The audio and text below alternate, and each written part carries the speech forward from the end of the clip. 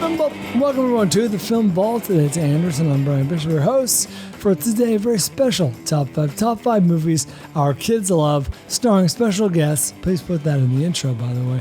Atticus and Tessa Bishop. Nope. It sounds like they're married. It does. I took her name. Yeah. Atticus Cameron and Tessa Bishop will be our guests to discuss movies they love at the moment. So we had them on a year ago? Year and a half. Yeah, whatever it was. But, tastes change. They change rapidly. So the movies they love now will very likely be different than the movies they loved then. But first, we have a roster of films to flick fast. Sadly, I don't know how, the first time in Film Vault history, my notes have disappeared. They are nowhere to be found. I do a Gmail draft every week, and lo and behold, they are gone. So I have no notes. Anderson will be introing our movies. Not true. And this should go perfectly. It's very easy. You want to tell everyone what happened? I just told them I lost my notes. I don't know what happened. Beyond that. Like what happened? I'm less upset about losing the notes than I am about having to do all this work again. It's like on the rare occasion we've lost an episode. It's like, fuck. What work do you have to do again? I got to research all these movies and write down my notes. And you have to do that again? I'd like to. Wait a minute. Hold on. Are you that crazy? I didn't know this. This is new. Brian, just when I think I know you. What's crazy? Going on 25 years almost. And I'm learning that you're so crazy that we're going to do the episode right now, and it's going to bother you that your notes don't exist. So you're going to go back and do the notes again. Absolutely. Why don't I give you 20 minutes? You can do that right now. It takes far longer. Why don't you just recall the notes if you're capable of doing that during the show? Films there. That part is saved for some reason. So you do know what films are. The films, yes. The title. All I have here is you're going to write down notes that you would read on the show after the show is over, so that they're in your notes. That's right. In fact, I may write down thoughts that I have during the show as though they were notes. But you're not capable of recalling those notes in the show. I probably am. Okay, then what are you freaking out about? I won a major game show. I have a really good memory. He just said he won a major game show and he has a good memory. Yes, we all remember that time when you were on No Whammies. It was very good. Very impressive. That's right. Listen. I still want to do a documentary about the guy who timed the whammy thing. Okay, we'll get on that. Are you familiar with this? I know there's a DVK. Speaking of which, you just heard it on the Christmas episode. Right. She was saying there's a movie coming out about the serial killer that was on The Match. Oh, the dating game? The Match? Game. Yeah, yes. I saw that. I saw a series or a docu-series on that. There's a live action version coming. I'm excited. There was actually a guy who studied the whammy game, whatever it was called, and figured out the press your pattern luck of the lights. Yes, and he perfected it at the point where he won on the show some absurd amount of money. And his dumb friend got cocky, right, and told him to guess the exact number or something like that. So it was eventually obvious what he was doing, and they changed the game as a result. A tangent no one saw coming. Here we are On the film. And that man was me. So that man was me. Yes, we have some big fun, sexy movies that Brian will do sans notes, but that's okay. And what else is going on, kids? How is everyone? A couple of big movies and also a signed film. On a signed film from Ryan Regimbal. I just talked to Ryan Regimbal this morning. Did you? And he assigned us Don't Look Now, so we'll be talking about that quasi classic. Which there's some interesting things to talk about with that one. Donald Sutherland, Julie Christie. A movie that was not in my purview. And I don't know where we should start here. I don't know. Okay, so earlier in the year, I want to know what the listeners have seen. We'll get there in a second. But earlier in the year, we had the Bends when we watched what's it called? The old Bomb movie. Oh my God, I'm drawing a blank. The Bond movie. I don't have my notes. Bomb. There's a Bomb movie. Oppenheimer. And Barbie. Yeah. I think this week, even more the Bends might be occurred with Wonka and the Zone of Interest. I think that Wonka and the Zone of Interest is a odd double feature. Yeah, and I did them within 24 hours. Oh. And it is strange. Oh, you got to come up for air. Wow. You got to come up for air between those two. So really looking forward to talking about those two as well. I don't know if I should say looking forward to talking about Maestro, but we're going to be talking about Maestro. You talking Maestro? Well, then you can leave. Why would you talk? It was nice. It was nice to see you, Brian. Have a happy New Year. I'm going to talk about American Fiction. I would like you to. Saw it weeks ago in theaters. I know. Touche. We'll discuss Maestro and American Fiction. I will be back next week with Avery sans Bryan, and we'll talk about American Fiction and how Bryan got it wrong. No, save that for me. Talk about stupid Maestro. No, we're not saving American Fiction for it, which is on my top 5 most anticipated for 3 weeks. No, you can talk about it a little bit. Talk a little bit about it. I don't have any notes. The one time I need That's notes. true. He doesn't have any. Should we just bring the kids in here and scrap this? But you just pull up Rotten Tomatoes. Yeah, seriously. Again. I like the movie about 91%. Okay, let's hear what the listeners have been watching. Oh, the Fanfliction compiled by the Mitch Burns. You want to have y'all know that the Christmas episodes of the Film Vaulters they're available now. If you've got the time on your Christmas docket, you can check them out on YouTube and in podcast land. We got a little Florence, a little DVK, Geo, Eric Holmes, and me. Oh, everybody's on there except for you, Bryan. Were you on there? Of course not. I didn't extend it at 40 minutes. Did you? Mitch Burns. I got to listen to that show. You know what? I've tried to listen a few times. I get really uncomfortable hearing people talk about anything that I do, which is not great. I was going to say that's, yeah. And it's almost worse when they're nice, which, Film Vaulters is glowing. We talked about me. Oh, did you? Talked a lot about I should listen to that. I should listen to that. Quite enjoyable. I should listen. Okay. Fanfliction compiled by the Mitch Burns. Mathematician alone, 80 on Reddit. Saw Poor Things. Smart. Ranks on the higher end of the oddness scale of Lanthimos' English movies. Funny moments and very deliberate, stylish, and fantastical set design. Highly recommend if you're a fan of his movies. This one, the trailer did not do itself any favors for me, and I'm going to see it. Obviously, I'll probably be talking about it with I've you seen it. next week, I've Avery. seen. Sorry, Brian. You should see my eyes shifting right now. I'm I'm going to watch it on uncomfortable. the plane. Yeah, I don't think that's an option. Might be. Might be. Why you International gotta flights get gallivant? movies. Why you gotta gallivant to the most important time of the year for the film ball? Thank God for Do you Avery. think this is the most important time of the year? Of course. Hey, what do you mean? It's when all of the biggest movies come out. You're not going to see them all and play fast in the same week. We do. Look at what we're doing this week. Doing like 5 of them. That said, often those international flights get the first run films. It's not gonna happen, bro. Sometimes. No. I almost really did my job and saw an early screening of Ferrari last night. Oh, you son of a But I got bitch. booked for a show. Oh, good. I don't like it when you show us up, Avery. I was going to see it in Dolby too. Oh, you limited, son of a bitch. limited run. All right, what else did the But I listeners couldn't be a film knower. Ken Cunningham, Leave the World Behind. The smoke and mirrors of expert direction and acting. There's nothing of substance. Didn't work for me. Okay. Matthew's son on Facebook took my kids to Wonka. Yeah. It was delightful and has a Paddington feel to it. My kids have been singing the song since we saw it and then watched the original, and they loved it too. And lastly, Speaking of the Benz, that will give you the Benz. Randomizer 55 on Reddit. Asteroid City. Oh, no. I think I'm done with Wes Anderson Speaking movies. of Chalamet. He assembles a who's who of A-list actors, then apparently tells them to throw out all their acting skills and deliver their lines in the most flat, disinterested, and low-energy manner possible. But it's funny.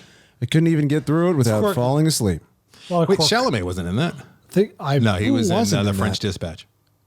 I don't think he was in Can you look up the giant cast? Asteroid City. Asteroid City. Asteroid City. It's not Fuck, that there's so many. There's so many. Why don't you look up playing Chalamet? Guess Who? Reverse engineer. Jesus. Yeah, that's right. I mean, you can just Hold look on. up Timmy. No Chalamet. Interesting. Oh, Brian, you know what? Chalamet. Every other actor and actress is in it, though. Your notes would have helped you there, probably. Oh, fucking A. He was not in Asteroid City. He was in Dune. Were you thinking of Bryan Cranston? Oh, I got those two confused so often. Ed Norton, that was who it. Edward Norton was in Asteroid City.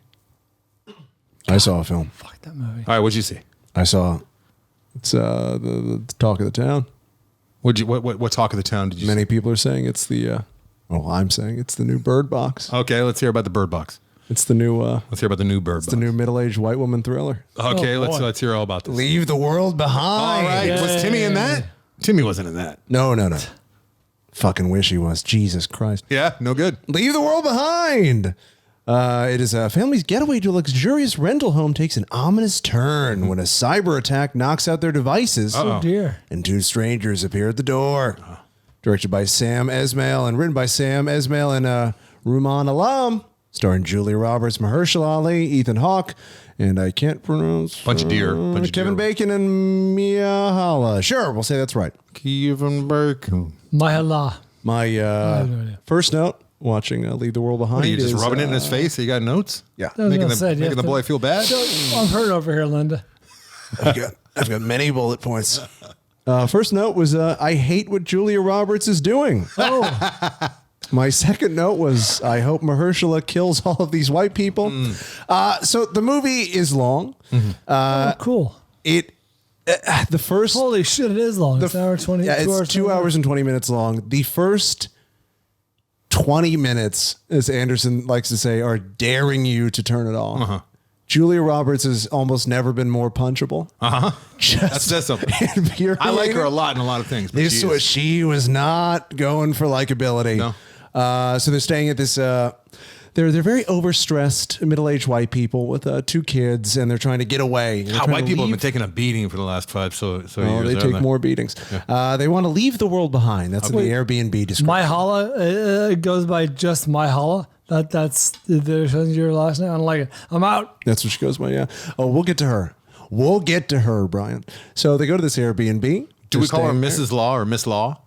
Is that how you would do it, Miss Law? No, it's one name. It's her first name, My Hala. Okay. And they get there. Yeah. And they're trying to relax. They're overstressed. Yeah. And they're Wound having up. a good time. And then the power goes out. Oh, no. They're disconnected. They're sad. They can't handle that. There's no internet. Disconnect. Right. The daughter can't finish her episode of Friends. You know what they should do? They should sue Airbnb. Well, what they really didn't like is while the power's out, 2 black people show up. Oh, Oh, no. boy. That's Not what you want. Brian's now in. He's like, I can relate. She was skeptical. Julia horror Roberts did not want to believe that these black people were on the up and up. And it sort of goes from there. Mahershala shows up. He claims to be the owner of the home and shows up with his daughter. To fix the internet. To stay for unknown, unrevealed reasons. Oh. And it sort of unravels from there. So it is a thriller. It picks up from there. I did find myself enjoying it. It's about 3.5 stars. Second best Airbnb movie you've seen in the last few years. Second only Far to- behind Barbarian. Barbarian? Barbarian is a must see. It had some interesting shots. It was intriguing enough. It kept me engaged. Despite having 2 of the least likable characters I may have ever seen. So what's the in vibe? movies. Is it like these rich, hoity-toity white people are just inherently racist and watch Julia them get the Roberts comeuppance? kind of is. Ethan Hawke is extremely likable in this. The kids are neither here nor there, and Mahershala Ali's daughter is strangle-worthy. I don't know if Fair she's has a single likable moment on screen. Great. And she does share several scenes with Julia Roberts, who's the second least likable character. Oh, cool. Yeah, but together they form one likable character. Oh, yeah. And one of the most uncomfortable dancing scenes I've ever seen in my entire life. I'm all of a sudden intrigued. Does it involve deer? Painful long shot. Painful. Great. Well, I'm excited. I'm reading some headlines here. Is the ending divisive? Or were you divided? I didn't see it coming. Okay. I wanted a little more. This movie is buoyed by Mahershala's performance. Okay. He's phenomenal in it, but he's always phenomenal. It's sort of like a Fassbender, right? He elevates anything that he's in. Ethan Hawke is quite good. Julia Roberts, I think she's doing what she's supposed to do, but she's just a hateable character, as is his daughter.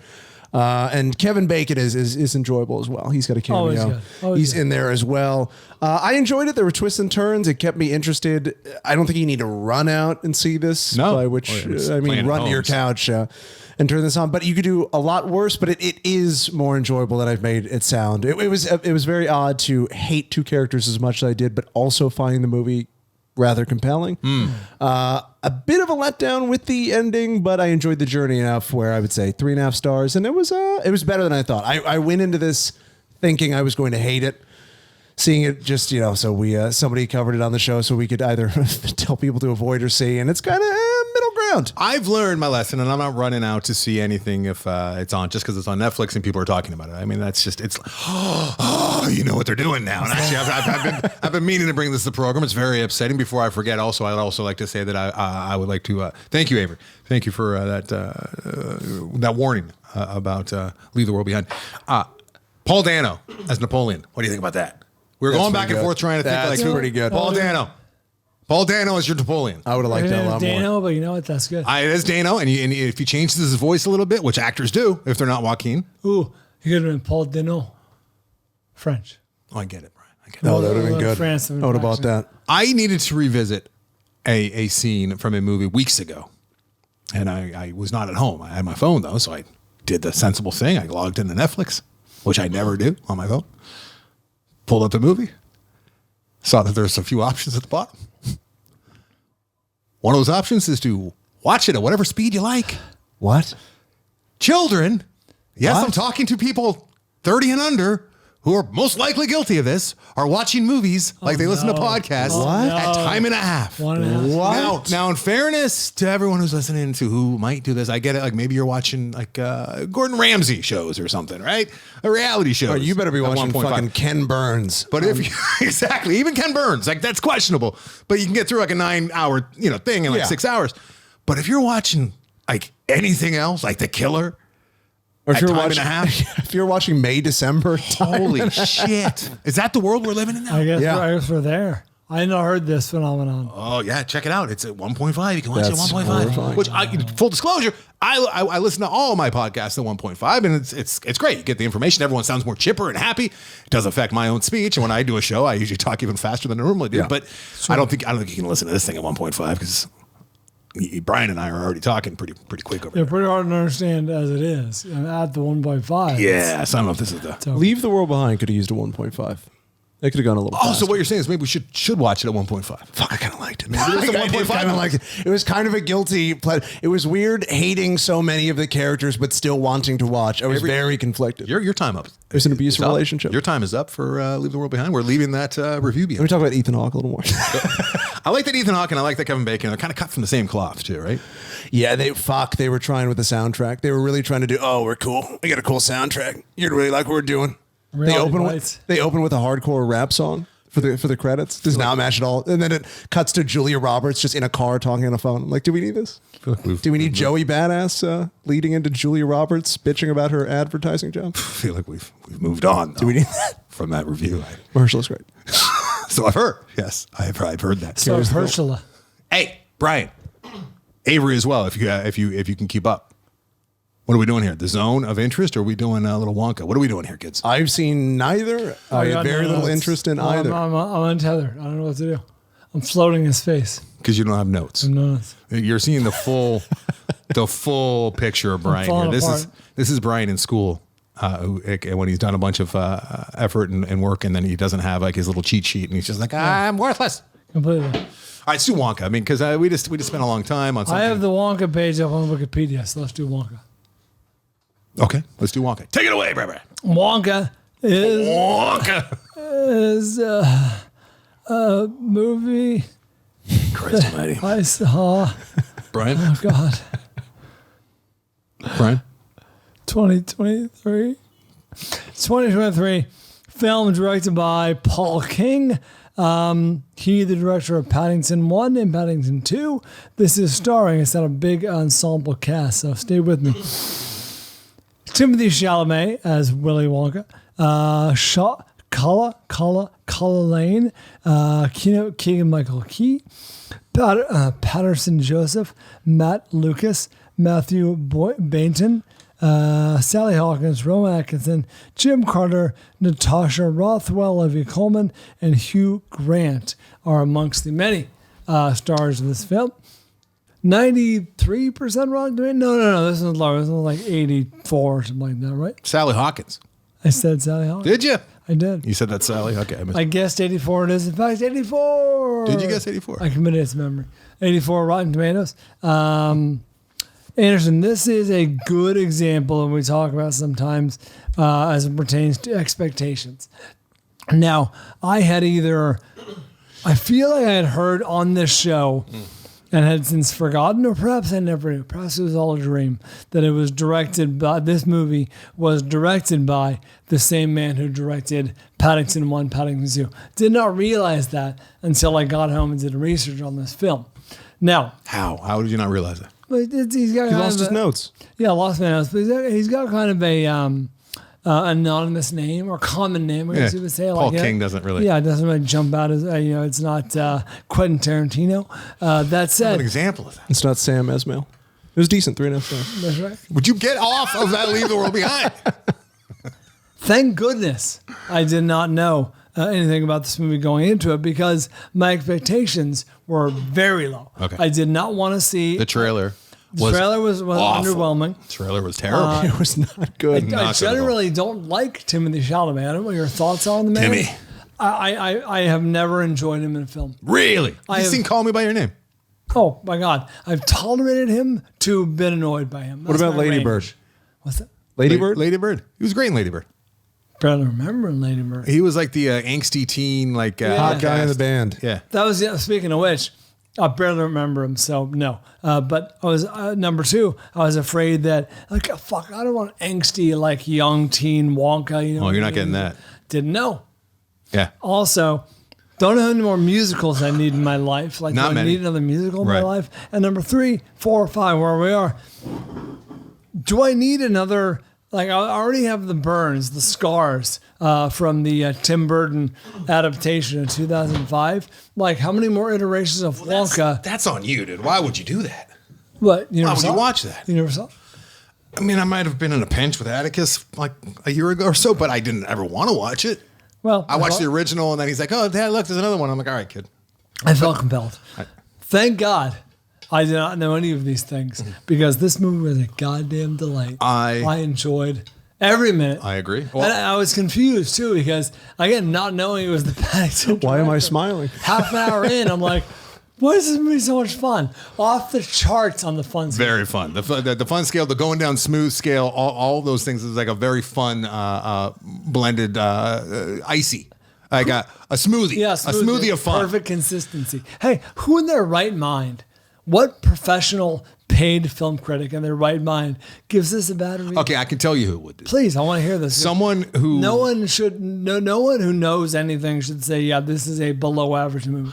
somebody who is married to the original would have problems with this one. Oh, I think. like the And mere I- idea of making this. The differences too, and how this one's obviously made more for like modern day child, where everything should be positive. And I was thinking the same thing. And honestly, I wasn't loving this movie 20 minutes in, and then Oh, really? the second act really slayed me, and I was actually crying throughout parts of it. I was enjoying it so much. It was one of those shit-eating grin movies where I just had a giant grin on my face. I can't believe that I'm enjoying this kind of production as much as I am, I have the but same I'm thing. happy about it. I'm okay with that side of me, and I'm just like, I'm taking the ride. Honestly, the third act let me down a little bit. I was thinking like, this is maybe my favorite movie of the year. What the fuck's going on I right really now? do Like believe- I was in. I really do believe this is one of the best movies of the year. I was having a hard time with his demeanor because Oh, I like that. And I like Chalamet more in this than I liked him ever before in all the movies combined. that Chalamet's kind of like that with me whenever I'm watching him. Like it kind of with Hugh Grant as well. Like when I'm watching Hugh Grant, I'm like, this guy is a fucking treasure. He's so And then the name Hugh charismatic. Grant is just like, Yeah. Hugh Grant, take him or leave him. He makes a bunch of Milk Toast. rom-coms. But and it's hard with Timmy. I was just in New York, and Timothy Chalamet's like on every corner, looking sultry at me for some kind of like aroma smelling. Scorsese directed that, apparently. Did he? Yeah. But it's real easy to hate the Chalamet. Kind of like the Justin Bieber, he comes out of nowhere. He's like a heartthrob. But I mean, that Chalamet, like from the time that we saw him in Call Me by Your Name, didn't care for the movie. It wasn't a movie made for me. Appreciated his performance. Appreciated the filmmaking there. That kid. He's fun in Don't Look Up. He was one of my favorite parts fun. of that. He was fun. He was one of the more fun. But you're exactly right. But this Wonka, the problem I was having with him not being the sardonic, cynical Wonka that I grew up with, I ended up turning a corner on that and really liking it because of the messages in the movie. And I think what it's going for. And if they were to make another one to get the bridge there to where he got, because if you remember in the original, he's talking about how he turned his back on the public because he got sick of people. Yeah, And I think this is He's the a recluse idealistic. by the time the 1971. The creator, the version, the wide-eyed, open, like piss and vinegar and happy and excited and optimistic, and something happens, and now I want a bridge. What happens? Yeah. I want a bridge. So I ended up buying. There's more meat on this bone for sure. You want Wonka Strikes Back? This is Wonka Begins.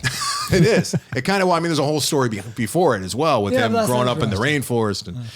But no, I mean, where this movie, had some shortcomings, you got to remind yourself that you're watching a movie that's for kids. It's elevated. It's a very, very elevated kids movie, just like Paddington 1 and to a greater degree, Paddington 2. So much fun. Paul King has a tone that, as far as I can tell, is only rivaled by Pixar. And his tone in is this movie unrivaled is so consistent and so as far as live action goes. unwavering. Yeah. Just like in all of the messages with the fine print, and it's like a communist movie almost in some ways, right? But I almost felt like it was a direct attack on Spirit Airlines when they were talking when they trapped him in the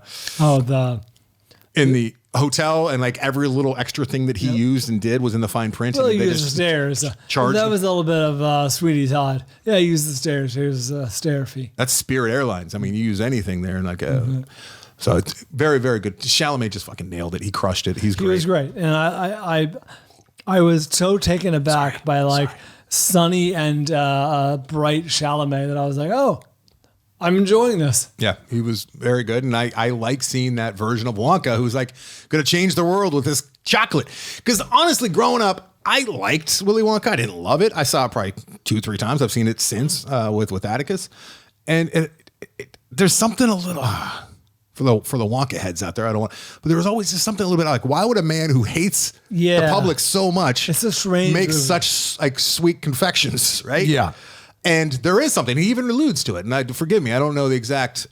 he might even have a backstory as to why he closed his factory down. I think it was somebody fucked around too much or something. But he lost his patience and his and his love for the public. The public just continued to let him down, which I could... just people in general and in masses and what they choose. I don't like human beings. I do not like human beings. So this is the uncorrupted, innocent version of Wonka, which I absolutely buy. I liked it. I was... There's so many ways to go with that character. Tim Burton went the wrong way and made him just a psychotic weirdo. And then here we are with just a guy you wouldn't mind hanging out with. Yeah. Like, this is a fun person in my life. And some of the songs... I think they slapped, as the kids say. Some of the songs were like, okay. What do they call it? No. Slip. No. What was one earlier where they were like swish swish or slip slop? Yeah. I got to see it again. Scrub. That was yeah. I was supposed to see this at my favorite theater ever, and I was going to see it today with Atticus at the Village Theater in Westwood here. It's that theater I grew up going to with my dad, and I was very excited. I was pumping up the boy about it for a week. I did. And then we went to see the Boy and the Heron at my AMC. Did I say harem? That'd be a different movie. Heron. The Boy and the Heron. Heron. And I misread, speaking of fine print, because it's playing in two separate theaters in my multiplex. Not important, but I chose the one that was subtitled, and we're sitting there and got our popcorn. We're all excited, and then it comes up, and he's learning to read, but I'm like, oh no, That's sorry, all buddy, fast. you got it. He's like, it goes too fast, Dad. I'm like, yeah, right, yeah, you're right, buddy. I'm sorry. So we just sadly took our popcorn, walked out. Right across the hall was Wonka playing in Prime. It was about to start, so we just slipped in there. Nice. It was a happy accident. They're doing that a lot with Boy and the Heron, where it seems like the majority of the screenings are in Japanese, which I thought was interesting. Yeah, his core audience, I think, like the pure version, which I get, but when it's... Hey, we're going to be in America, learn to speak the language. When it's dubbed right and when it's dubbed properly, I mean, I could go either way, but... Yeah, I was kind of bummed I didn't see it dubbed based on the cast. I saw it in the original Japanese. Boo. Maybe I'll see the subtitle because I get to choose. Because I haven't seen it yet. You're going to miss out on Willem Dafoe, what am I Robert talking Pattinson. about? Yeah, I'm taking Atticus anyways. What am I talking about? I'm going to take him back. So I would like to see Wonka again with you know what? Atticus didn't like Wonka half as much as I did. I think Tessa was semi into it. You got to see Willem Dafoe playing a pelican. Okay. All right. I'll see it dubbed. You talked me into it. All right. So yeah, Wonka. I'm interested when the kids come in and ask them how they liked it. and Wonka? What the thoughts are. Yeah, Atticus will give you his list breaks my heart. Weak. When we get there, his top 5 list breaks my heart. All right, let's move on, shall we? We take a break here. I don't know what quick break? I'm lost. So Brian can regroup. There's no... Brian, what the fuck, That's a dude? big... No, so I'm on European time. I have jet lag. You haven't started your trip I know, yet. but for people who are listening... The All right, worst. coming The up worst. next. More movies after this.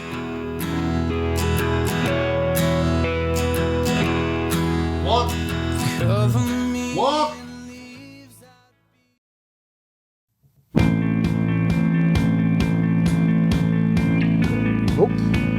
Yeah, we're back.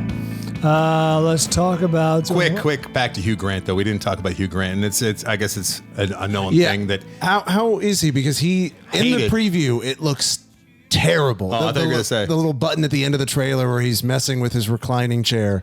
I wanted to sprint out of the theater. Found him enjoyable. The reclining chair bit was fantastic. Really? He's fantastic throughout. And what I was starting to say is, like, I guess he's been on record in a few interviews talking about how it was one of the worst experiences he's ever had. Oh, really? He hated the green screen. He didn't know what the hell was going on the entire time he was on set. Scenes. But he probably spent a couple of days shooting them, and he said repeatedly that he did not enjoy himself. But yeah, I thought that he it was like Ian McKellen in The Hobbit, where he was like, "What the fuck is happening?" Yeah. But no, his I'm fucking over everything. Demeanor was great. It was height of Hugh Grant. Height. Yeah. He's not small in or is he? I'll have you know. For an Oompa Loompa. Yeah. There's some twists and turns there though. You gotta take your kids to it. I'm gonna see it again. Okay. Do I need to see this? Yes. I mean, if you're feeling a little down in the dumps, or it's like rainy and gray, and you just need a little pick me up, it's like having a little shot of colorful Christmas time almost. Have you seen Paddington? I love the Paddingtons. It's a the notch same vibe. below. I mean, it's a good movie. I would say, yeah, it's a notch below in some respects. In some respects, it's better because Paddington was the weakest part of Paddington for me. The lead was the weakest part, and I think Wonka definitely. The titular Wonka is very good. Great supporting cast as well. Yeah, they're all great, but Wonka, Timmy crushes it. He does. Got to give it up. I enjoyed Timmy more than I enjoyed him ever before. You'll walk out smiling. It's a little adrenaline. This is not a hard watch. This is a treat. You'll enjoy this. Oh, consider it. And then when you're too high and you're feeling like you enjoy the world too much and you need to take a step down, well, you go watch The Zone of Interest. The Zone of Interest. Hold on, I'm going to look it up. Could have done that. I mean, while we took the break, we just took a break. I went on about Hugh Grant for a moment. There's plenty of opportunities for you to have done this instead of making us sit through it. It's weird that you're actually spelling it out into the microphone too. How about I just do it? How about that? Too late. Because I do the non-American names really well. That's right. The Zone of Interest is a 2023 film written and directed by Jonathan Glazer. He, the writer and director of Under the Skin and Sexy Beast. Birth, buddy. Bear the lead. Birth. You haven't seen Birth. I've seen Birth. How do you not see Birth, Brian? Have I seen Birth? No, you'd remember. Because Nicole Kidman... No, I've seen Birth. Her husband dies early in the film, the opening scene. It's the inciting incident. And then 10-year-old boy shows up at her door shortly thereafter and says, "Hey, I'm your husband, reincarnate." That's weird. That's quite different. And it gets strange. Oh, it gets strange from there? It gets strange. Birth. All right, that's a nice little side route. Get us back to The Zone of Interest. It is starring a bunch of Germans. That'll do. Christian Friedel as Rudolf Haas. And Sandra Huller as Hedwig Haas. Sandra, she is the lead in this. It is her story. She is the wife of the Nazi that Brian just named. And, well, let's see. But I just want to say, Sandra, for those of you who have seen Anatomy of a Fall, which I think we might be covering as early as next week. Brian's still derelict in his duty. Might be on the plane. She's the lead in. She's the wife in Anatomy of a Fall as well. Yeah. I've been bugging you to watch it for quite some time. I got a screener. Yeah, we got a screener from a friend named Mitch Burns. Would you believe 50 Cent makes a cameo? Nice. He actually does. That's not a lie. In Anatomy of a Fall. Anatomy of a Fall. We'll talk more about it next week. Very, very good at times. Thinking this is for like a lock for the Vaulties for me. Ultimately, dissatisfied. But we'll talk about it. It falls just short. It did fall just short, Barbara. 92% for Zone of Interest on Rotten Tomatoes. 92. This is in theaters now. Let's talk Zone of Interest.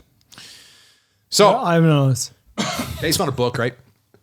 Loosely. Glazer is, he's one of the more interesting filmmakers out there. He makes one like every 16 years or so. He doesn't work nearly enough because everything he makes is very interesting. Whether you're enjoying Apparently, he's yourself, spent years researching this. he's researching the sound. Whether you enjoy his movies or not, you'll never forget them, which I think is worth the price of admission most of the time. The worst thing for me is a movie I go into and I can't remember it as I'm walking out. Under the Skin. I don't know if I liked it, but certain scenes have stuck with me to this day. The more I think about it, the more I think I like that movie. Now, if I were to go back and revisit it, I don't know. He's just one of those guys. He's one of those troubling filmmakers who Zone of Interest did not seem like it'd be interesting at all. The story Zone is of Disinterest. Thank you. It's in my notes. You don't say thank you for nothing, Brian. I did nothing to lead you to thank The you. audience. There's a loud round of applause. The story They're is still going. a very, very high-ranking officer, if not the highest-ranking officer of Auschwitz, and his family. It's Nazis doing normal things. It's like the first 20, 30 minutes. It is the mundanity of everyday life of enlisted men and their families. Nope. It's just his family. Sorry. Of people who live this life, which is they're an enlisted man, they have a family who's leading a otherwise normal life, except for the fact they're living across a wall from the Auschwitz. Yeah, there's a wall in their backyard. Like we all have walls, especially out here in Southern California, that separate us from our neighbors. If you live in a single family residence, their wall had the chicken wire up there. What do you call it? The barbed wire. And on the other side of the wall was Auschwitz. Yes, and you can see the smokestacks. That was one of the many artful things about the movie was at any given time you're watching this family playing, eating, lunch in a garden. Very normal having life. Tea, whatever they're doing. Just playing with the dog, playing in the pool. In the background, there's the smokestacks and the occasional scream. Not the occasional scream. And I think that ramped up as the movie went on. It was kind of pervasive. And gunshots, you know what I mean? Like I kept thinking after the movie, like we've all, especially if you're a certain age and you've been reading or aware of things around you, like we've all seen and heard about the atrocities and seen it through films and television shows. Like we've seen it. And I don't know if we obviously never forget, but I don't know if we need to see the torture and the suffering. It's like our minds already have a framework for it. Yes. And I think that was very purposeful in this, where he could set it up with the audio. We could hear it going on. Yes. You know what's happening. And thus, this gives us the very rare at this point peek into, it gives us a side of this whole gestalt, the World War II, the Holocaust that we'd never seen. I'd never seen before. Honestly, I don't really care. I don't need to see Nazis just living normal lives like on the other side of the wall. You should care. But what it's ultimately saying, and I think there's a lot of parallels with what is happening with the world and what happens continuously with the world, which is the apathy or the disinterest. Turning a blind eye, only caring about your little bubble, right? And the ability to do now. Sure. Obviously, Hedwig, the lead in this, his wife, the housemaker with her. You thought she was the lead? Oh yeah. I didn't. I'm not disagreeing with you. I'm simply saying this film flies in the face of what you'd expect from a lot of traditional filmmaking storytelling, and thus I don't know if there is a true lead, but okay. And as much I would say that it's her story, and she's the main target. And there's definitely a target in this movie, and it's her who. I mean, I don't want to get to the end. Maybe we can do a quick spoiler on this one. I was not enjoying myself at all during this movie. It was hard to watch. Are you supposed to? No, you're not supposed to. It is the opposite end of the fun scale. It is very the opposite from Wonka. And I saw Wonka after this, so it was a nice palate cleanser. I think that's the way you do it. You don't want to do it backwards. But seeing her just so callously go through all the normal things you would imagine a housewife of the 40s and 50s to go through and do with the children and with her husband going off to work. And we don't spend any time on the other side of the wall except for a very brief moment where it's a shot from low angle and we see him and we see some smoke going over his head. Unnecessary. I don't even know if that scene needed to be in there. Like, and we could have spent the entire time on the other side of the wall. It certainly didn't involve any prisoners or workers. We never see one prisoner except for the ones that come on the other side of the wall. That's how callous it was, calling them workers. They were indentured slaves, basically. Yes, and some of them lived were like housekeepers in her house. Oh, and we heard some, it's a slow reveal too, as to see just how. No, it is. But then there's is there early on though with 15 with the lipstick. What about? She so she gets like the spoils of, the people that are brought in, the Jewish people that are brought in, like fur coat shows up and they bring it over. They have orders to obviously anything nice. Previously owned products just to show up. That the common stop's like wife or whatever, his wife, if she might like a mink coat, bring it over. And she checks the pocket and there's lipstick in there and she immediately puts it down and goes through the jacket and tries the jacket on. Then she goes over the lipstick and takes it off. She does take a little bit off the top, but then uses that. You're thinking like she doesn't want germs. Like she just takes a little bit off the top. But this is a person who's dead already, about to be dead, or is being tortured. And like, it doesn't even occur to her. It doesn't even, she's just like, oh, cool, new lipstick. And she's trying it on, looking at herself in the mirror. Just the amount of callous, like disassociation from what was happening. And there are she does ultimately verbalize some of those things before the movie's over. Sure. This is a movie I didn't realize was affecting me as I was watching it until the next morning. Yeah, it's similar in the way that I watched Under the Skin, which is, I don't even know if I like this movie, but there are certain elements and aspects that are going to stick with me. It's all I could think about. The first thing I woke up, that's all I could think about was that movie and just people and just it's fucking shocking I can't wrap my. I remember I was in 7th grade when I first really learned about the atrocities. I read a book, and that was where my entire worldview changed. I had no idea that people were capable. I had no idea. 7th grade. I was like, I don't know when you guys first really learned about. That sounds about right. Yeah, it seems around then. And it's just everything that I thought I knew, I didn't. And I think that it's kind of like where I'm just like, you know what? Fuck this place. I just became very angry. Yeah. Wow. And Angry Andy was born that day. Movie is a very new look at just how awful people are. I would like to talk to you about some of the choices and some of the other things in the spoiler. Yeah, why not? The people, it's creepier the more mundane it is. You know what I mean? Oh, for sure. The more business-like they are about this whole thing, it's somehow creepier. Like there's a scene where a few scenes where she has her mom over to show her mom the beautiful house that she lives in the garden in the backyard, while all these things are going on the other side of the wall. Now it's not completely known to the mom at this point, but yeah, just what's happening. My mom is Mom thinks it's a work camp, right? But mom puts things together, right? Eventually, Yeah. but at this point, she just she thinks it's like most people just think it's like because they're still keeping it under wraps. And she's proud of her house, and she's proud of the life that she's built with her on the backs of war, and the backs of war crimes and war prisoners, and this is not a movie I'd ever want to revisit again. No, it's probably one of those award baity movies. It's probably up for Best Picture. Is this up for a foreign language film? Yeah, it's probably going to be up for that. Interesting. Yeah. Hey, how without saying international film specifically? I think it's international. Yeah. I don't know how I felt with the ending. The ending felt like it took me out of it a little bit. Yeah, it was confusing. It was jarring, and it took me a minute to process what was happening. But that's what was going on in his head too. We'll talk about that in the spoiler. Felt like it. Yeah, felt like it was standing outside the narrative. It was an interesting way of illustrating what was going on inside his head. Yeah, and I ultimately really liked it. I think. Right. Yeah, but this is a movie I recommend to people who are like to be challenged a little bit, who, for lack of a better term, who do like to think back to movies and changes their world purview a little bit, because this.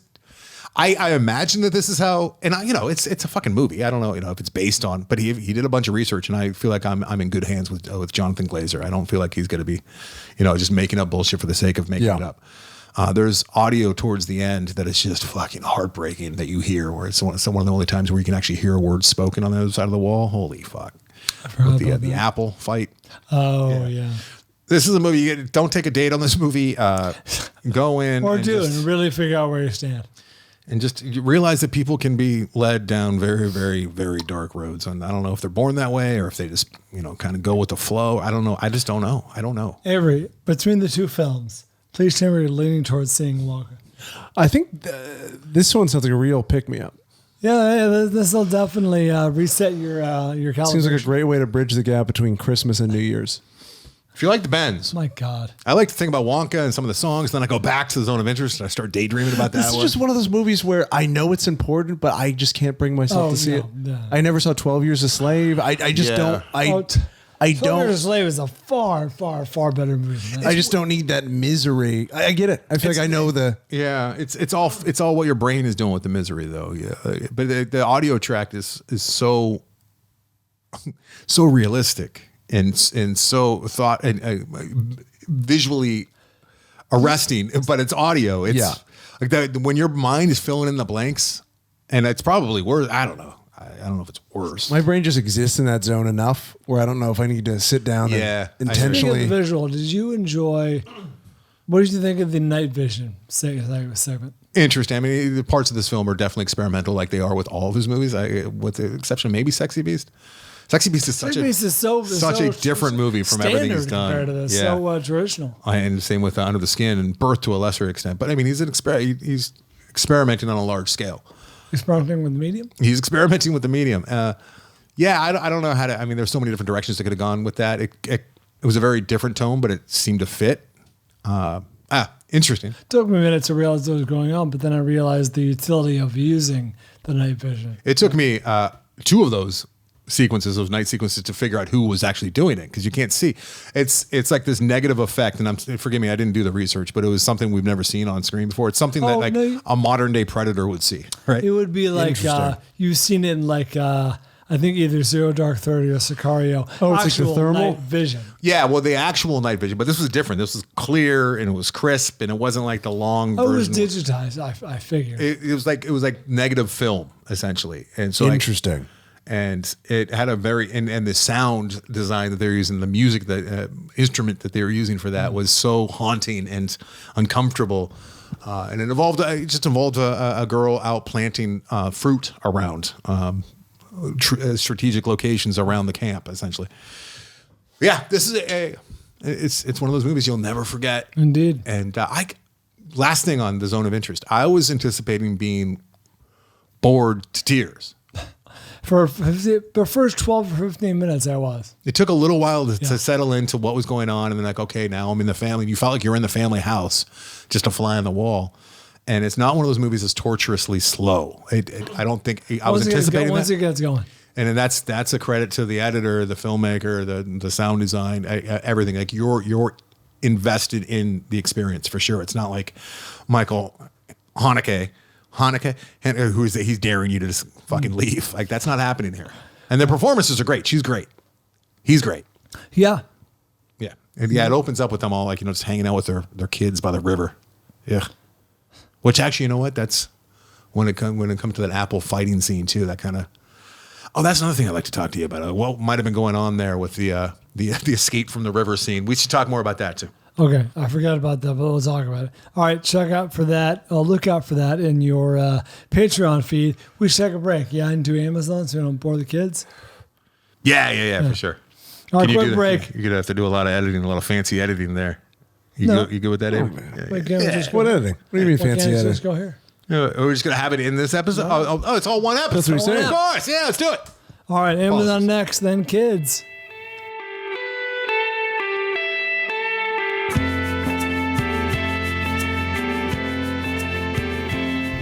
It's been a couple of weeks since I was able to write down and review that saved, by the way. Thank God, that's a lot of work.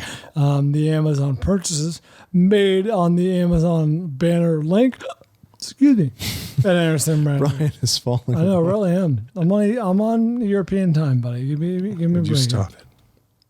Go ahead. Keep the illusion going. It's a great illusion. And so 2 weeks for the purchases means a robust Amazon read. You may have played the music twice. I'm going without music this time, so I'm going to time it perfectly. Here are the things purchased on the Amazon link at AndersonBryan.com. Turn this light up because that always messes me. Mahershala was the strongest part of. That's what I heard. I heard that somewhere. Two Toto Drake 2-piece elongated toilets were purchased. Amazon gift cards, lots and lots of them.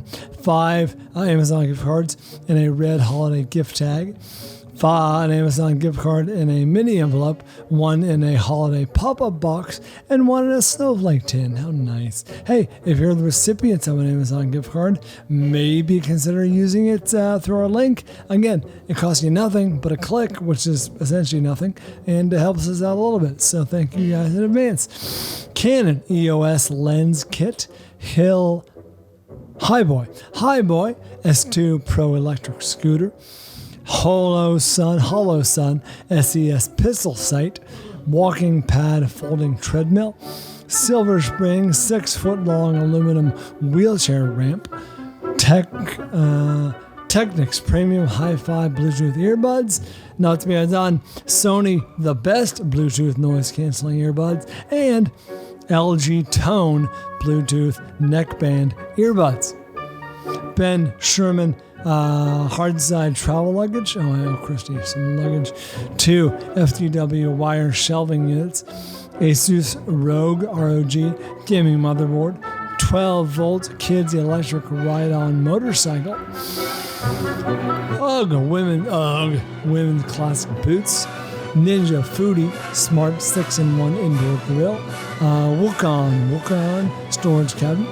Alien Gear Rapid Force Duty Holster 4 Glock for your side piece. Nesco Garden Master Pro Food Dehydrator. Airmoto Portable Tire Inflator.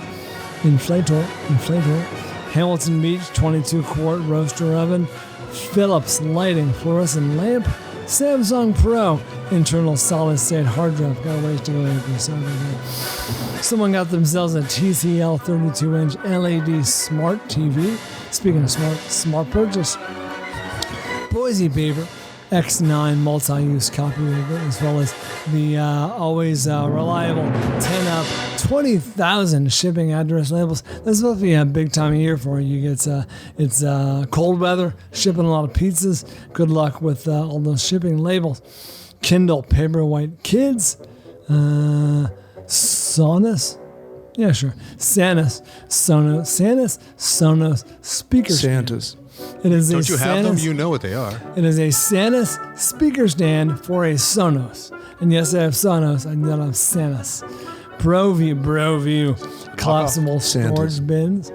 Women's puffer graphene. No, the word. Graphene heated jacket. Scrabble Deluxe purchased. DeWalt's cordless drill and impact driver.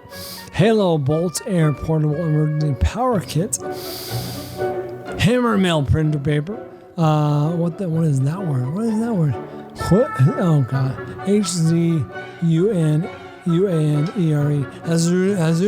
Hazuri. Cat litter box. Final record player with Bluetooth. Why is there a remote there? Yes, the cat litter box, the vinyl record player with Bluetooth, the Amazon Fire HD tablet with purchase, Knipex 3-piece Cobra pliers set, Lego gift card for $50, 4 Worthma Makita batteries, Canon 5-color ink pack, JBL Live noise canceling headphones, Goju Supra Max hand cleaner. Monarch microfiber bathrobe, 2 rustic table lamps, HPRT portable travel printer, and finally, official giant Jenga was purchased. Giant Jenga. Well done, Avery. Nailed it. Well done, Bri. Well, that's the least I can do. Here, the members click. This is the last time we I have no clicked notes. I have no notes. at y'all. Somebody clicked through and got, you've got mail. You've got mail, motherfucker. Remember that from Euro Trip? You got mail, motherfucker. I should never seen him. Get out! Slapshot was clicked through. You seen Slapshot? I have seen Slapshot. Stay in! Not impressed. The Right Stuff was clicked through. I just talked about that one. The I've Apartment seen was Right- clicked through. I've Fuck seen the Right S with the Stuff. Apartment. That's a seen tough one. That's a tough one. 30 Days of Night was tough clicked one? through. It's not tough one. It's a fun one. Apartment's a little bit tough. 30 No, it's not. has some tough moments, yeah. With Jack Lemmon? Yeah, it's very sad. Oh, yeah. I mean, it's looking at today's day and age, what was going on with her? Yeah, it's all. McLean getting taken advantage of by the boss. What are you talking about? So sad. Pride with the booze? You know what? So sad. Come on. 30 Days of Night was clicked through as well as Don't Look. I don't know if tough one is the right word. Sure. It's a great movie. It's got some heartfelt moments. Don't Look Now was clicked through as well. The diving bell and the butterfly. High Fidelity was clicked through. The Holiday was clicked through. Requirements to be a normal person, Brian. Oh, I gotta see that. Thanks for looking through there. The Year Without Santa Claus. The Climb was clicked through. Fork to the Years. Die Hard was clicked through, as well as Mad God. Brian, you seen that Mad God yet? You should. Infinity Pool, John Wick, Chapter 4, Millennium Mambo was clicked through, as well as Fallen Angels, 2046. Is Mad God the one that took 25 years? Yes. Weird, the Al Yankovic story. No one should ever was clicked through, as well as Joyride, The Holdovers, fuck the yes, Taylor Swift, 3 times, The Slumber Party Massacre, The Great Beauty, Savannah Smiles. What? Beauty. Savannah Smiles. That's the one I grew up with. Love that Savannah. When Savannah Smiles. There's like a soundtrack, a song that goes with it. Thanks for clicking through and getting Savannah Smiles, the collector's edition. Fuck the yes on that. And then Sing 2 was clicked through as well. My daughter, I got a hold of her leg. Sing. Is that different than Sing Street? Oh my God. Very different. Yeah, very Sing different. Street is excellent. You're showing your age. Is, You're showing you're like, I'm too cool for movies like that age. Yeah. Sing Street's a banger. Once you're a dad, you know what Sing 1 and Sing 2 is. I skated and avoided both of those. Lucky guy. Yes, That's with the pig on the billboard? But Sing Street is the... well, it's the same guy that made the one that was Flora and Flora and Son. Flora and Son, yes. Yeah, we just watched for the great Tam Smith. Look at that! I hit the post. The Sing Street is sweet. Sing Street. Sing Street is street. Sing. Oh my God! Watch Wonka and Sing Street in the same day, and you'd be floating. Float to bed. Yeah. You could just float off to bed. Like a cartoon character. You could. Yeah. It was like smelling bacon. Exactly. Makes it come hither. Oh, stupid. All right, let's go. You gotta do back to the program. Back to the program.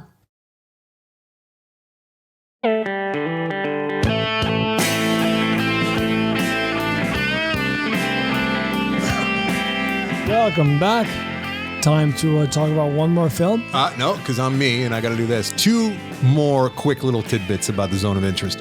One, maybe one of the more disturbing PG-13 movies you'll ever see. It's a PG-13 movie. Really? Which you got away with because it's all audio. You don't see stuff. No, there's no blood, and there's no violence, and there's no swearing. So the atrocities are all like audible, and you just got to let your mind do the horrific lifting. And also, back to my point being it's her story, I do believe, and I could be wrong on this, but the way I interpret the title is it's her zone of interest. She's only interested in her surroundings. Oh, like her, the blinders are on. Yeah, the zone of interest is her zone of interest as the house, the housewife. Do not yawn as I'm explaining something that it most people would find titillating. Hey, can I jump in and on with point. A tidbit? As long as you're doing I'd be a total jerk to say no to this, but no. Apparently, I've heard only predators yawn.